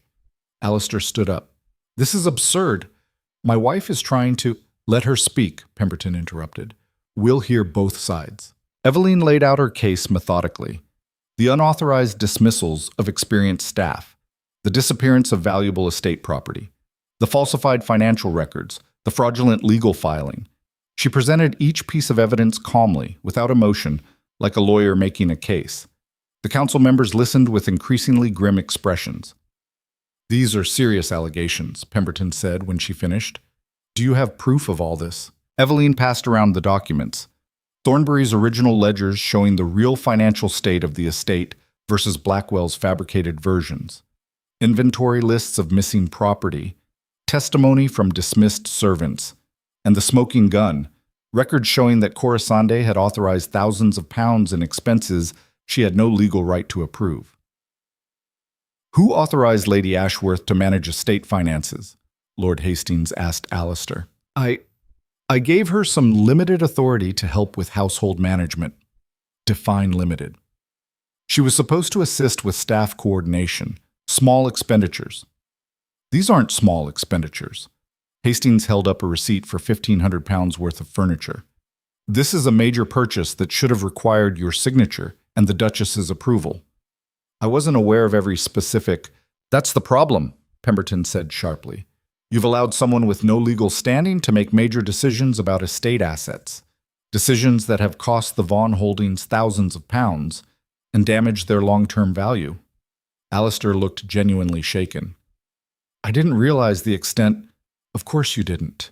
Evelyn's voice was quiet but cut like a blade. You were too busy planning how to divorce me to notice that your mistress was looting the estate. That's not fair, isn't it? She stood up. You gave Corisande access to everything, the household accounts, the staff, the property. You let her make decisions that legally required my authorization, and when I tried to object, you dismissed my concerns as jealousy.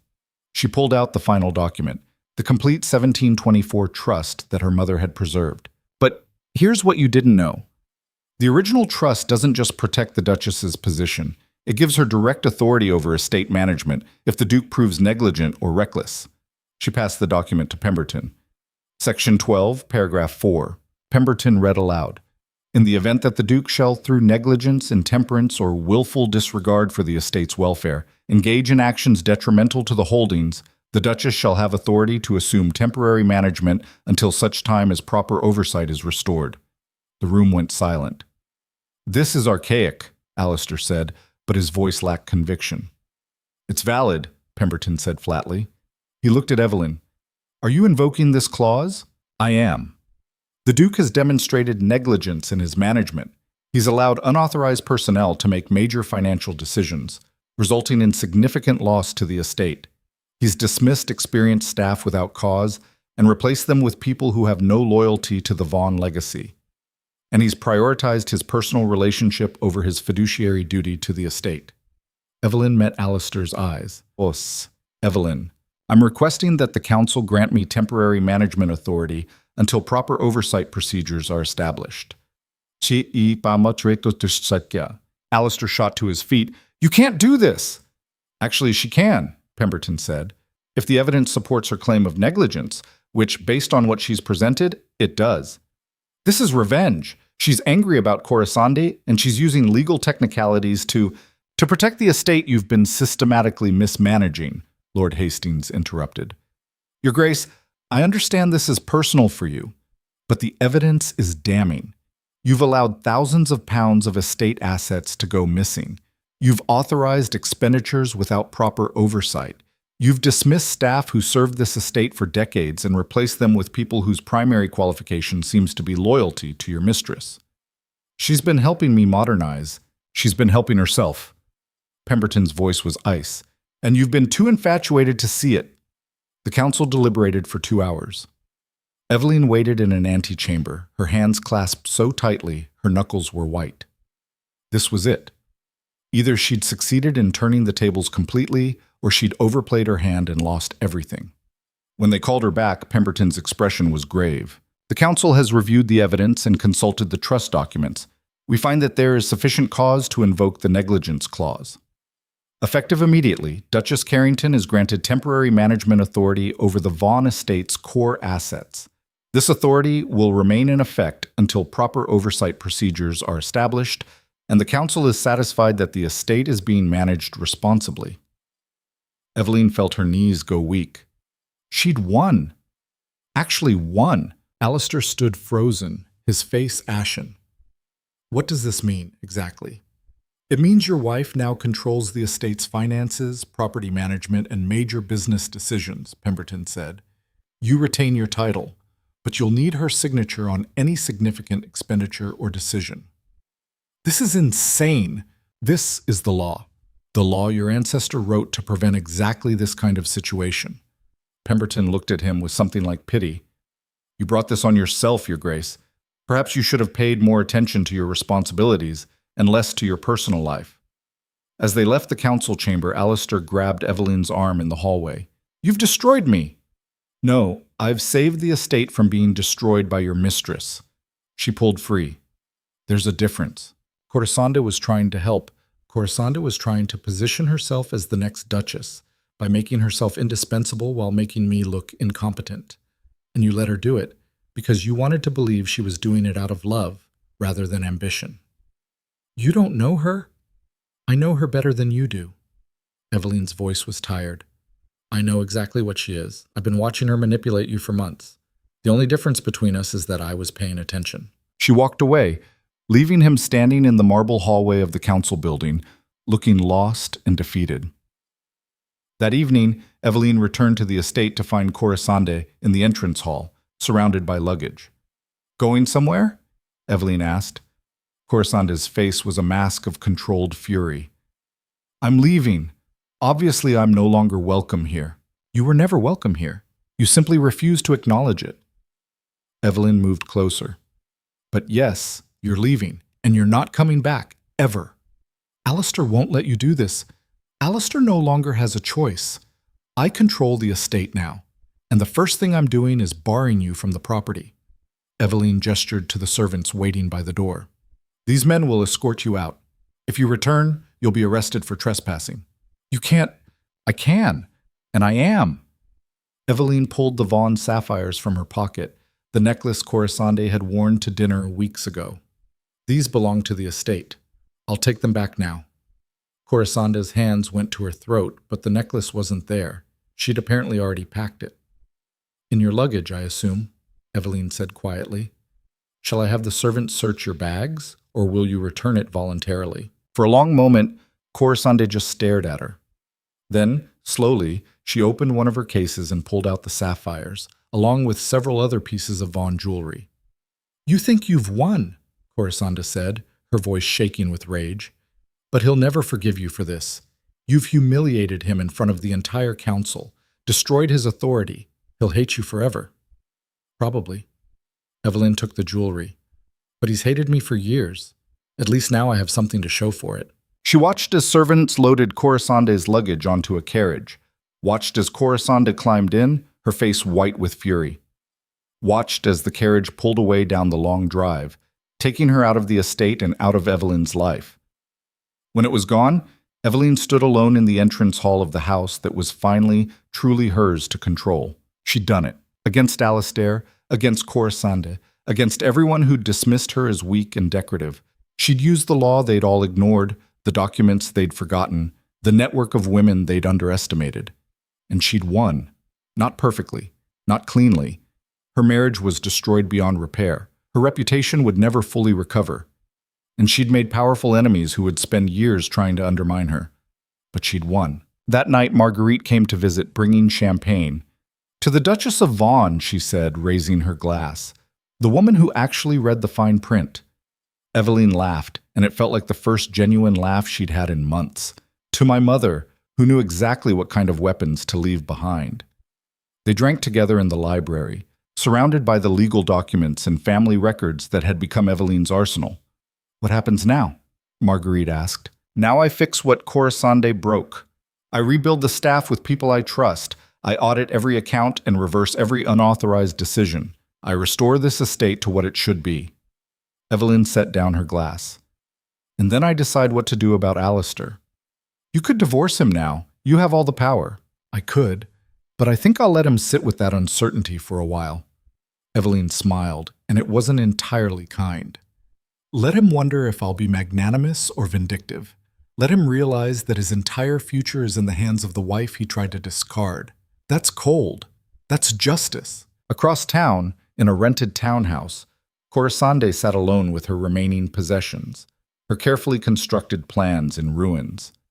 She'd been so close to becoming a duchess, to controlling the Vaughan fortune, to destroying Eveline completely, and she'd underestimated her opponent at every turn. In his club, Alistair drank himself into a stupor, unable to face the humiliation of what had happened.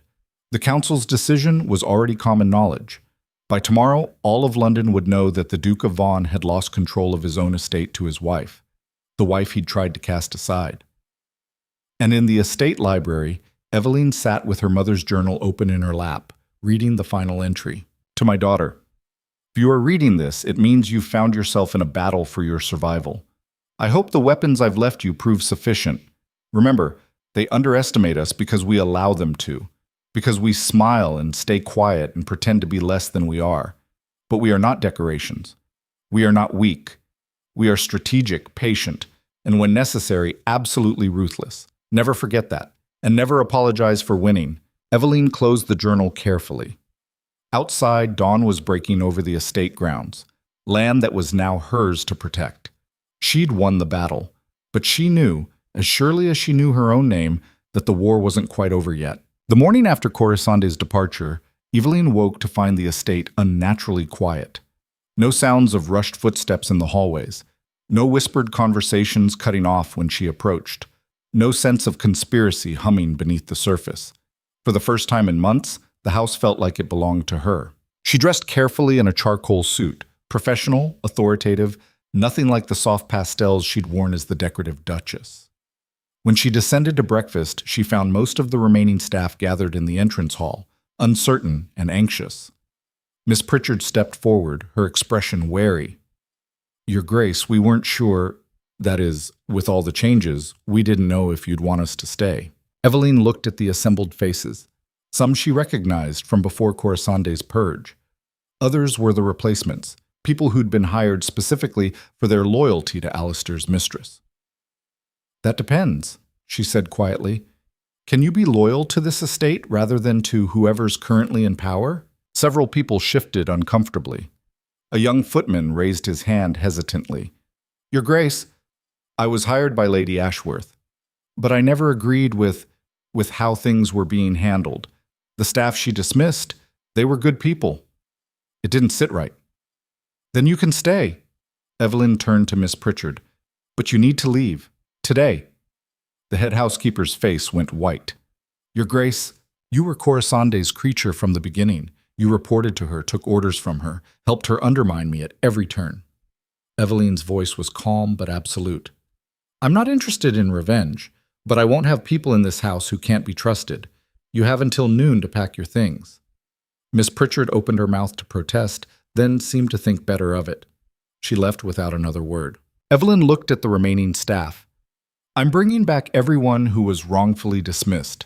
Mrs. Holloway, Thornbury, the gardeners, the senior footman.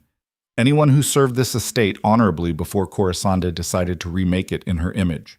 She paused. If you want to stay, you'll work alongside them. You'll follow their lead. And you'll remember that this is the Vaughan estate, not a personal fiefdom. Is that understood? Murmured agreements, relief on some faces, resignation on others. Good. Get back to work. She spent the rest of the morning in the estate office with Thornbury, who'd returned within hours of being summoned. The old accountant looked vindicated but tired. It's worse than I thought, he said, spreading ledgers across the desk. Blackwell didn't just falsify records. He siphoned money into accounts I can't trace. Tens of thousands of pounds. Just gone. Can we recover it? Maybe. If we can prove fraud and track where the money went. Thornbury rubbed his eyes. But it'll take months, maybe years. Then we start now. Evelyn pulled out a list she'd been compiling. I need you to audit every transaction from the past 6 months. Document everything that looks suspicious. We're building a case. Against Blackwell? Against everyone involved. She met his eyes. Corisande didn't do this alone. She had help. People who facilitated the theft, who looked the other way, who benefited from the chaos. I want their names. Over the next 2 weeks, Evelyn systematically dismantled everything Corisande had built. She reversed unauthorized purchases, tracked down stolen property, and began the slow process of restoring the estate's operations. She rehired loyal staff, renegotiated vendor contracts, and personally reviewed every account. It was exhausting work. She fell into bed each night with her head pounding and her eyes burning from hours of reading financial documents. But it was also satisfying in a way she'd never experienced. She was actually doing something, building something, making decisions that mattered. The social fallout was swift and predictable. Half of London society whispered that she was vindictive, controlling, that she'd trapped poor Duke Vaughan in a marriage he couldn't escape. The other half, the women who'd been humiliated by their own husbands' affairs, watched with growing admiration.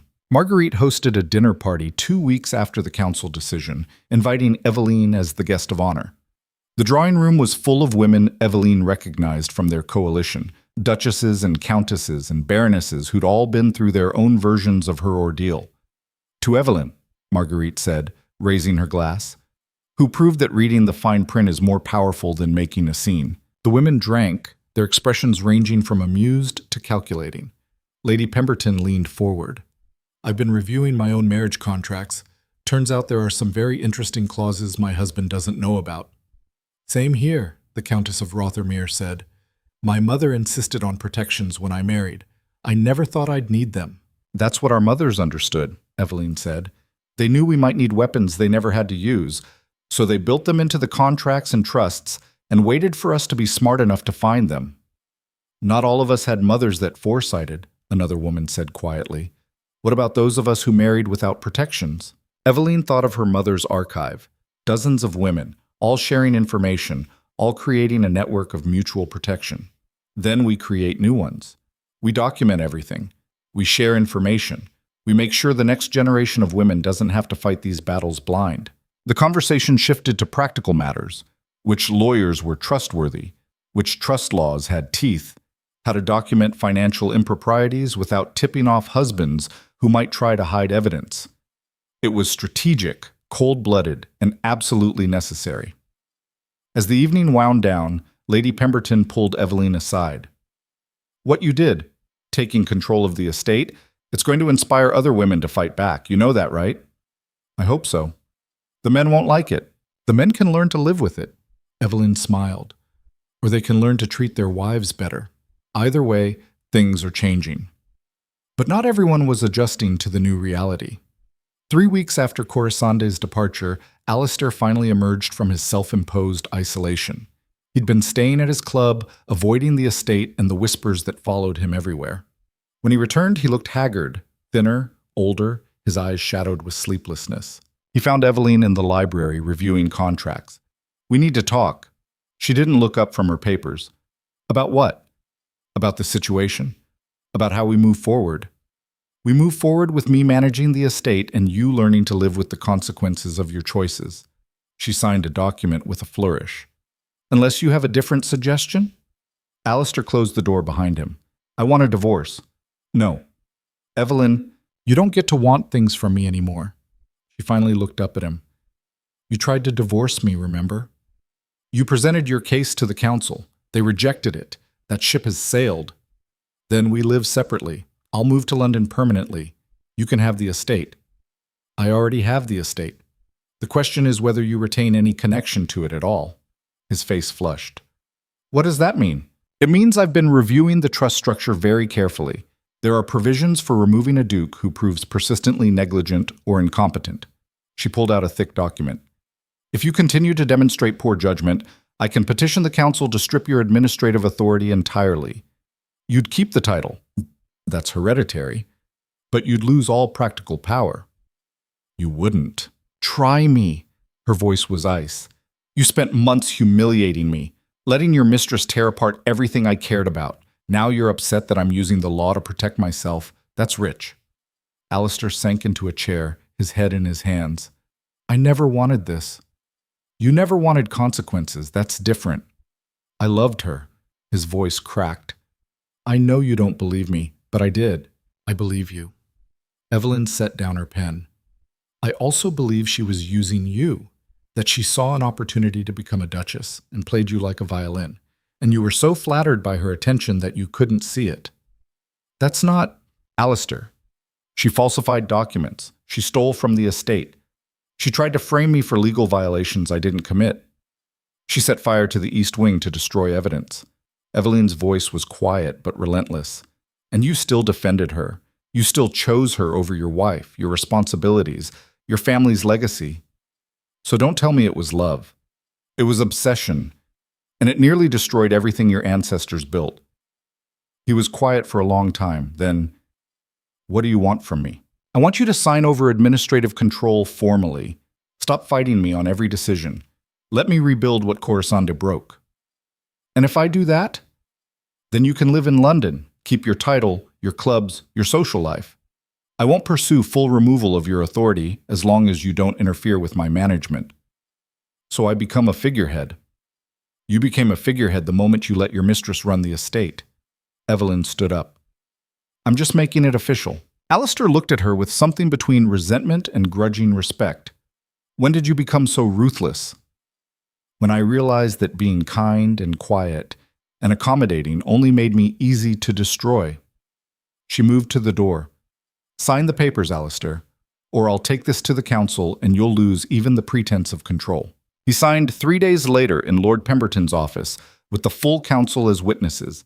The document transferred all administrative authority over the Vaughan estate to Duchess Evelyn Carrington, with Duke Alistair Vaughan retaining titular ownership but no operational control. It was unprecedented. The council members looked uncomfortable, even as they witnessed the signatures. But the law was clear, and Alistair had brought this on himself through documented negligence. Afterward, Pemberton pulled Evelyn aside. "You've made history today. I hope you understand that." "I understand I've survived. The history is secondary." "Nevertheless," he studied her with his hawk-like eyes, "other women will use this as precedent. Your case will be cited in marriage contracts and trust disputes for decades." "Good. Maybe it'll make men think twice before trying to discard their wives. Or maybe it'll make them more careful about what they sign." Pemberton's expression was unreadable. Power always creates backlash, Your Grace. Be prepared for it. The backlash came faster than even Pemberton had predicted. Within a month, 3 other duchesses had filed similar petitions, citing the Vaughan case as precedent. Conservative members of Parliament began introducing legislation to modernize trust law in ways that would strip these protections. Newspapers ran editorials condemning grasping wives who trapped honorable men in loveless marriages. There was a counter-movement, too. Women's rights advocates embraced Evelyn as a symbol. Reform-minded lawyers began examining old trust structures for similar protective clauses. The Duchess's Defense League grew from 12 women to nearly 40, with members across the country. Evelyn tried to stay out of the public controversy, focusing instead on rebuilding the estate. But 6 weeks after taking control, she received an unexpected visitor. Corisande appeared at the estate gates, demanding entry. The guards sent word to Evelyn, who considered having her arrested for trespassing. But curiosity won out. She agreed to meet Corisande in the garden, neutral ground, with witnesses nearby. Corisande looked different, still beautiful, but harder somehow, her edges sharper. She wore an expensive dress that didn't quite fit her anymore, as if she'd lost weight. "I didn't think you'd agree to see me," she said. "I almost didn't." Evelyn sat on a stone bench, not inviting Corisande to join her. "What do you want?" "To know how you did it." Corisande's voice was bitter. "I planned everything perfectly, every move, every manipulation, and you still won." "I read." "That's it? You read some dusty old documents and that was enough?" "That and I paid attention." Evelyn looked at her directly. "You assumed I was weak because I was quiet. You mistook patience for passivity. That was your first mistake. And the second? You underestimated how much women talk to each other, how much we share when we realize we're fighting the same battles." Evelyn's voice was calm. "You thought you were unique, the ambitious mistress who could outsmart a stupid duchess. But women like you have been trying this for centuries, and women like me have been developing defenses just as long." Corisande laughed, sharp and bitter. "Women like me? You make it sound so simple, isn't it? You saw an opportunity to climb the social ladder through a man's weakness.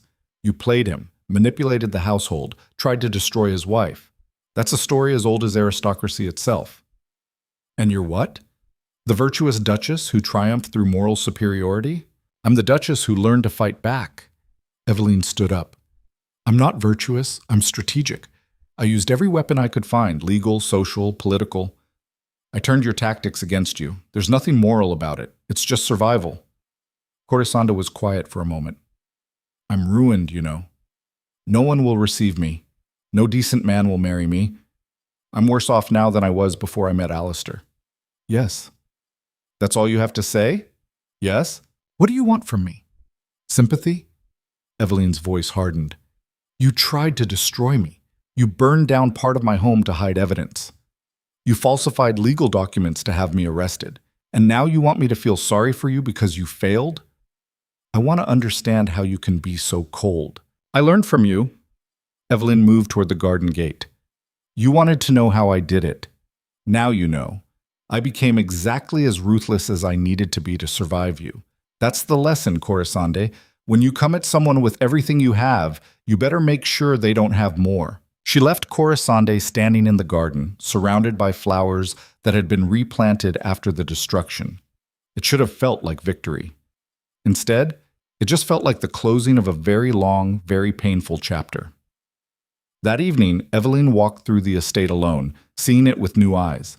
The room she'd redecorated, the staff she'd rehired, the accounts she'd balanced, the legacy she'd preserved. It was hers now, really, truly hers in a way it had never been before. The price had been her marriage, her reputation, and any illusion that life in the aristocracy was about anything other than power and position. But she'd paid it willingly, because the alternative was being erased. 3 months after taking control of the estate, Evelyn hosted her first formal event, a charity auction for women's education. She invited everyone who mattered, including several duchesses who were now citing the Vaughan case in their own legal battles. Alistair attended because refusing would have created more scandal. He stood on the opposite side of the ballroom, looking uncomfortable in his formal wear. They hadn't spoken in weeks beyond necessary business communications. Halfway through the evening, he approached her near the champagne fountain. "The estate looks good," he said awkwardly. "You've done well with it. Thank you." "I mean it. Better than I ever did, probably." Eveline studied him. He looked smaller somehow, diminished by everything that had happened. "Did you love her? Really?" He was quiet for a long moment. "I thought I did. But Pemberton was right. I was infatuated. She made me feel powerful and desired in ways I hadn't felt in years, and I was too stupid to see that she was playing me. We all want to be loved, even when we know better." "Do you hate me?" "No." The answer surprised her, but it was true. "I'm angry, disappointed, but I don't hate you. I just don't trust you anymore, or respect you very much." Alistair flinched. "That's worse than hate." "Probably." She set down her champagne. "But it's honest." He left shortly after, and Eveline didn't watch him go. She had other things to focus on: the auction, the guests, the future she was building. Lady Pemberton appeared at her elbow. "That looked civil." "It was necessary. We're still technically married." "Will you divorce him eventually?" "I haven't decided." Eveline watched the crowd. Women who'd been victims becoming women who fought back. Men who'd assumed their power was absolute, realizing it wasn't. "Right now, I have everything I need. Control of the estate, my position secured, my authority established. What would divorce give me that I don't already have?" "Freedom? I'm freer now than I've ever been. The marriage is a formality. Everything else is mine." As the auction concluded, raising twice what Eveline had projected, she stood at the front of the ballroom and thanked everyone for attending. But instead of the brief, decorative remarks expected of a duchess, she spoke about something else. "Many of you know the journey that brought me here. The legal battles, the public scrutiny, the transformation from decorative wife to estate administrator. It hasn't been easy. It hasn't been pretty. But it's been necessary." She looked around the room. "Because for too long, we've accepted that women in our position are temporary, replaceable, that our value is tied to our husband's affection rather than our own competence. And when that affection fades, as it so often does, we're expected to disappear gracefully." Several women were nodding. The men looked distinctly uncomfortable. "But there are laws that protect us. Mechanisms our mothers and grandmothers built into marriage contracts and family trusts. They're there if we're smart enough to find them and brave enough to use them." Eveline's voice was steady. "I'm not telling you to blow up your marriages. I'm telling you to read your contracts. Know your rights. Document everything. And if the day comes when you need to fight for your survival, don't hesitate, don't apologize, and don't lose." The room erupted in applause, mostly from the women, though a few men joined in tentatively.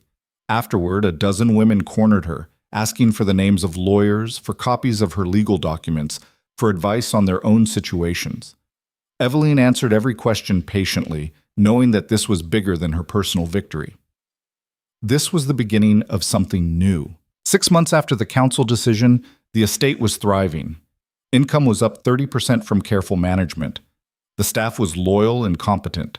The properties were being maintained properly for the first time in years. Eveline sat in the Duchess's private sitting room, the same room Corisande had taken over, now restored to its original elegance, and reviewed the estate's quarterly report.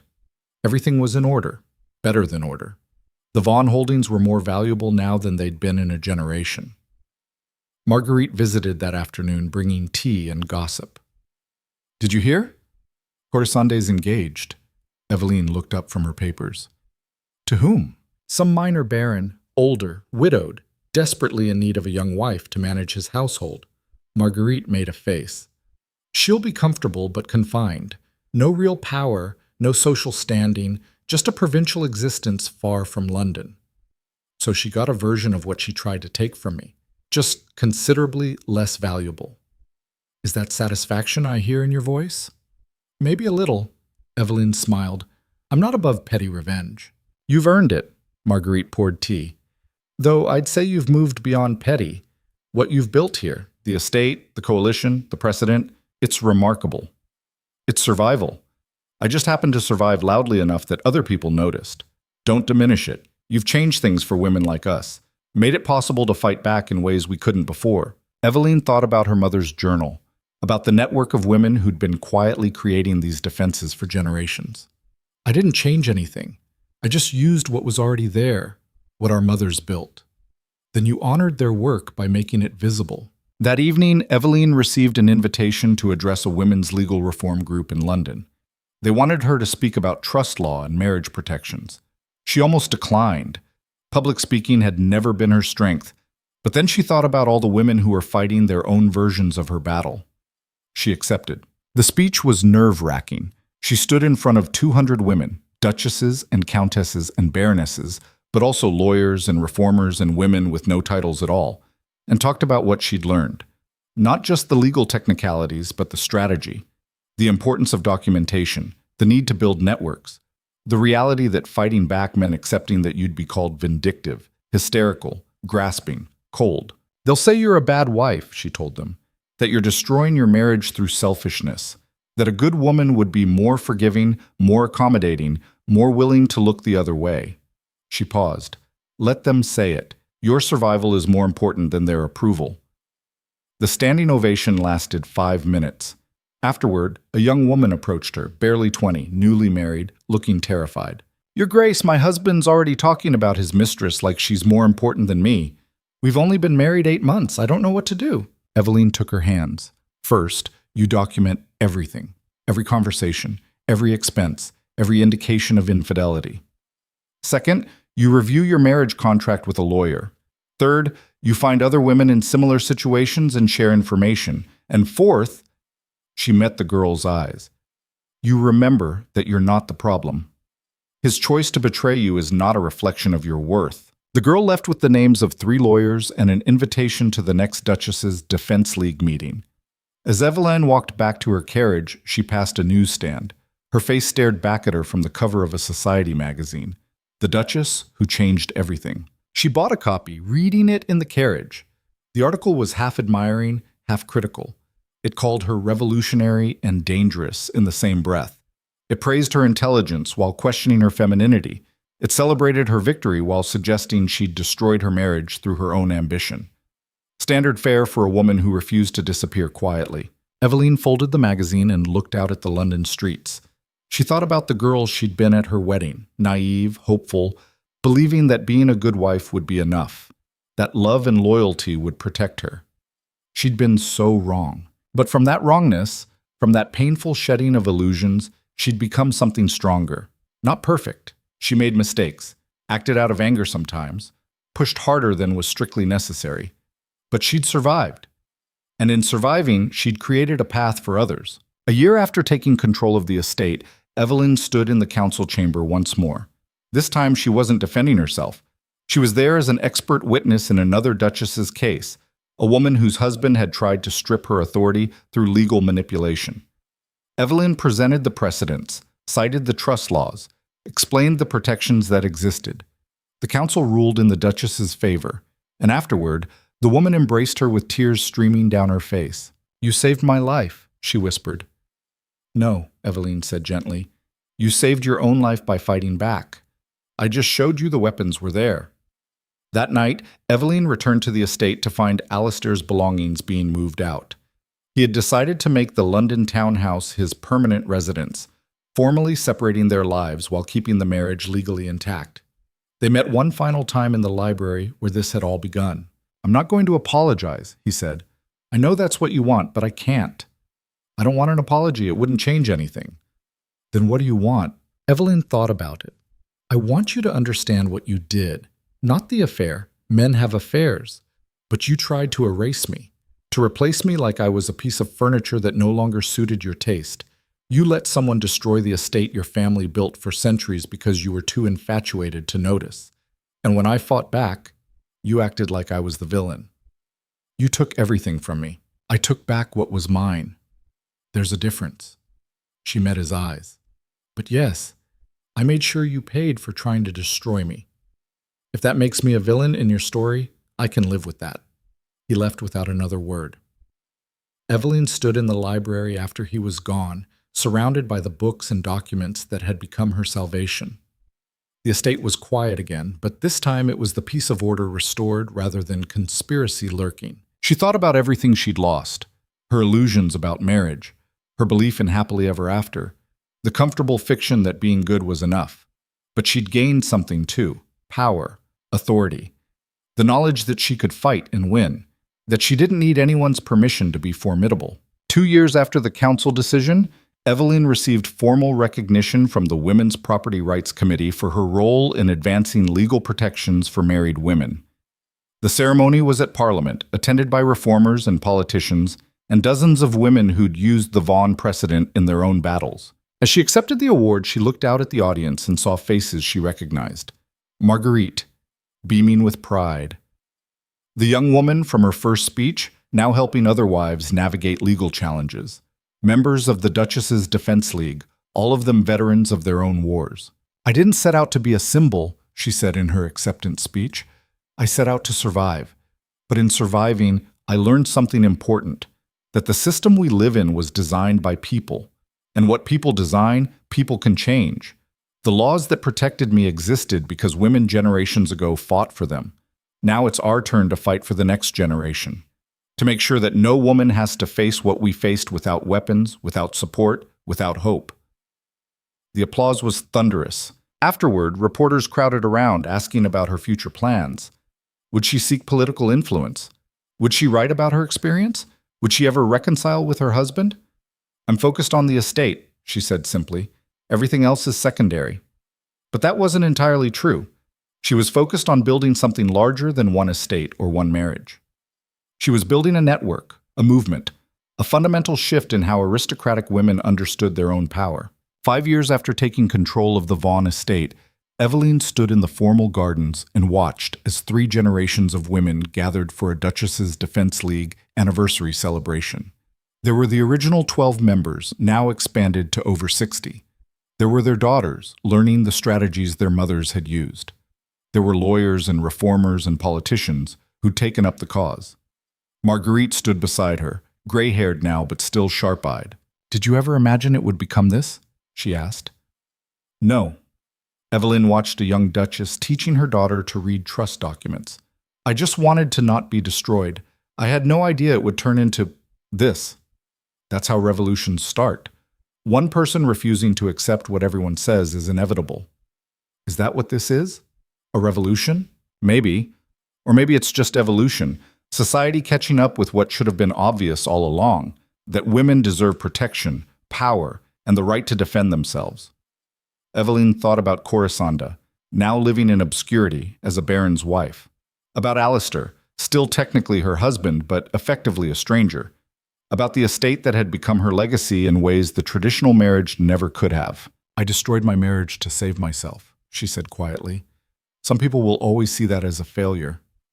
And some people will see it as the only rational choice." Marguerite gripped her hand. "You weren't put on this earth to be someone's decorative wife.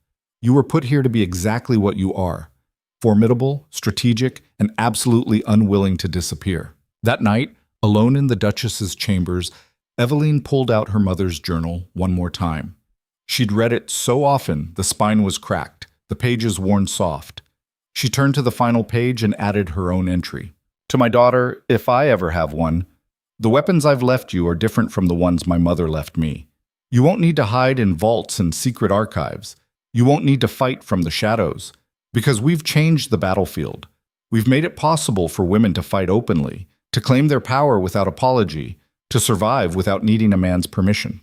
Use these weapons if you need them, but know that every generation builds on the last. What we couldn't do, you will. What we started, you'll finish. And maybe, just maybe, your daughter won't need weapons at all. Maybe she'll inherit a world where women's power is simply accepted as natural. That's my hope for you. That's what we're building toward." She closed the journal carefully and locked it away. 10 years after the council decision, Evelyn Carrington was no longer primarily known as the Duchess of Vaughan.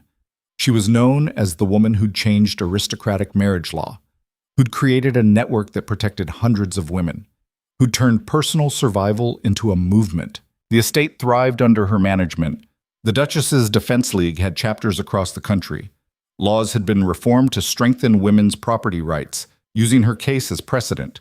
Alistair died quietly in his London townhouse. A heart attack, sudden and painless. They'd been separated for a decade by then, civil but distant when business required them to communicate. At his funeral, Eveline stood in the family section wearing black silk and her mother's pearls. People whispered, wondering if she felt any grief for the man who'd tried to destroy her. The truth was more complicated. She grieved for the marriage that could have been, for the partnership they'd never managed to build. She grieved for the naive girl she'd been, who'd thought that being a good wife would be enough. But she didn't grieve for the man he'd actually been. Weak, selfish, too easily manipulated by a beautiful face and flattering words. After the funeral, Lord Pemberton approached her. "You're now the sole authority over the Vaughan estate. No more shared control, no more duke to technically defer to." He studied her with those hawk eyes. "How does it feel?" "Like the formalization of a reality that's existed for years." Eveline looked at the Vaughan family crypt, where Alistair had just been entombed. "I stopped being just his Duchess a long time ago. Now the law finally agrees with the truth." She spent the next year consolidating control, ensuring the estate's future, and training a new generation of estate managers. And then, at 52 years old, she did something unprecedented. She published a book. The Duchess's Defense, a practical guide to marriage, property, and power, was part memoir, part legal handbook, part call to action. It detailed her battle with Corisande and Alistair, but more importantly, it provided concrete advice for women navigating similar situations. How to read trust documents, how to document financial abuse, how to build networks, how to fight back legally when traditional power structures failed. The book was controversial, called everything from revolutionary to dangerous to vulgar. Conservative members of society condemned it. Reformers celebrated it. And women bought it by the thousands, passing copies between friends, annotating margins, using it as a blueprint for their own battles. 15 years after taking control of the estate, Eveline stood in the same ballroom where Corisande had first humiliated her. But this time, she was hosting a celebration. The Duchess's Defense League's anniversary gala, with proceeds going to legal aid for women in abusive marriages. The ballroom was full of women she'd helped, women who'd helped each other, women who'd used the precedent she'd established to claim their own power. There were men too, reformers, supportive husbands, sons who'd learned different models of partnership. As Eveline moved through the crowd, she overheard a conversation between two young women.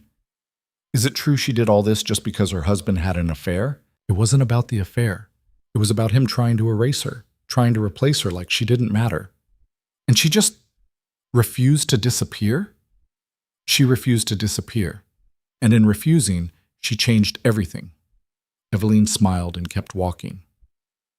That night, standing alone on the estate terrace, looking out over grounds she'd preserved and improved, Eveline thought about the journey from decorative Duchess to the woman she'd become. It hadn't been smooth. It hadn't been easy. She'd made enemies, burned bridges, sacrificed the comfortable fiction of a happy marriage for the harsh reality of survival. But she'd won. Not just legally, but fundamentally.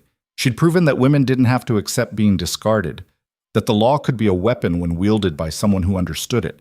That power wasn't given, it was claimed. She thought about Corisande sometimes, wondered if the woman ever regretted her choices. Probably not. People like that rarely did. But Eveline didn't need Corisande's regret. She had something better, a legacy that would outlive them both. 20 years after the council decision, Eveline Carrington, Duchess of Vaughan in her own right now, not through marriage but through achievement, stood at a podium in Parliament. They'd invited her to speak about proposed reforms to marriage property law. She was 72 years old. Her hair was silver, her hands marked with age spots, but her eyes were as sharp as ever. "When I took control of my estate," she said, "people called me vindictive, power-hungry, an unnatural wife. They said I was destroying the institution of marriage, that I was setting a dangerous precedent, that women like me would bring down society itself." She paused, letting the words hang in the air. They were right about the precedent. I hope they were right about the rest too, because the institution of marriage they were defending was built on women's powerlessness, on our silence, on our willingness to disappear when we became inconvenient, and that institution deserves to be destroyed. The chamber erupted, half in applause, half in outrage. Eveline waited for quiet, then continued. "What I'm proposing, what we're all proposing, isn't the end of marriage. It's the beginning of partnership. Real partnership, where both people have power, both have protection, both have the right to say no. That's not radical. That's just fair. The reforms passed 6 months later. Sweeping changes to how marriage contracts were structured, how property was divided, how women's authority was recognized and protected. They called it the Carrington Act. Evelyn lived to see it implemented, to see 3 more generations of women benefit from the battles she'd fought. She lived to see her goddaughter, Marguerite's granddaughter, become the first female estate administrator in her family line by choice rather than necessity. And when she died, at 83, surrounded by women who called her mentor and friend and hero, her last words were simple: "Don't let them make you disappear." Her funeral was attended by hundreds, duchesses and commoners, lawyers and reformers, women whose lives had been changed by her refusal to be erased. They buried her in the Vaughan family crypt, next to Alistair but separate. Even in death, she maintained her independence. And on her tombstone, they inscribed the words she'd written in her mother's journal. She read the fine print. She refused to disappear. She won. It was an imperfect ending to an imperfect life. But it was hers. Every battle, every victory, every scar earned in the fight for survival and dignity and power. The young Duchess, who'd been humiliated at a gala, had become the woman who changed the world. Not through violence or scandal or dramatic confrontation, but through reading, strategy, patience, and an absolute refusal to accept that her destruction was inevitable. In the end, that was the real victory. Not just surviving, but thriving. Not just fighting back, but building something that would protect others long after she was gone. The Duchess of Vaughan had won more than a legal battle. She'd won her life back. And in doing so, she'd shown thousands of other women that they could win theirs too.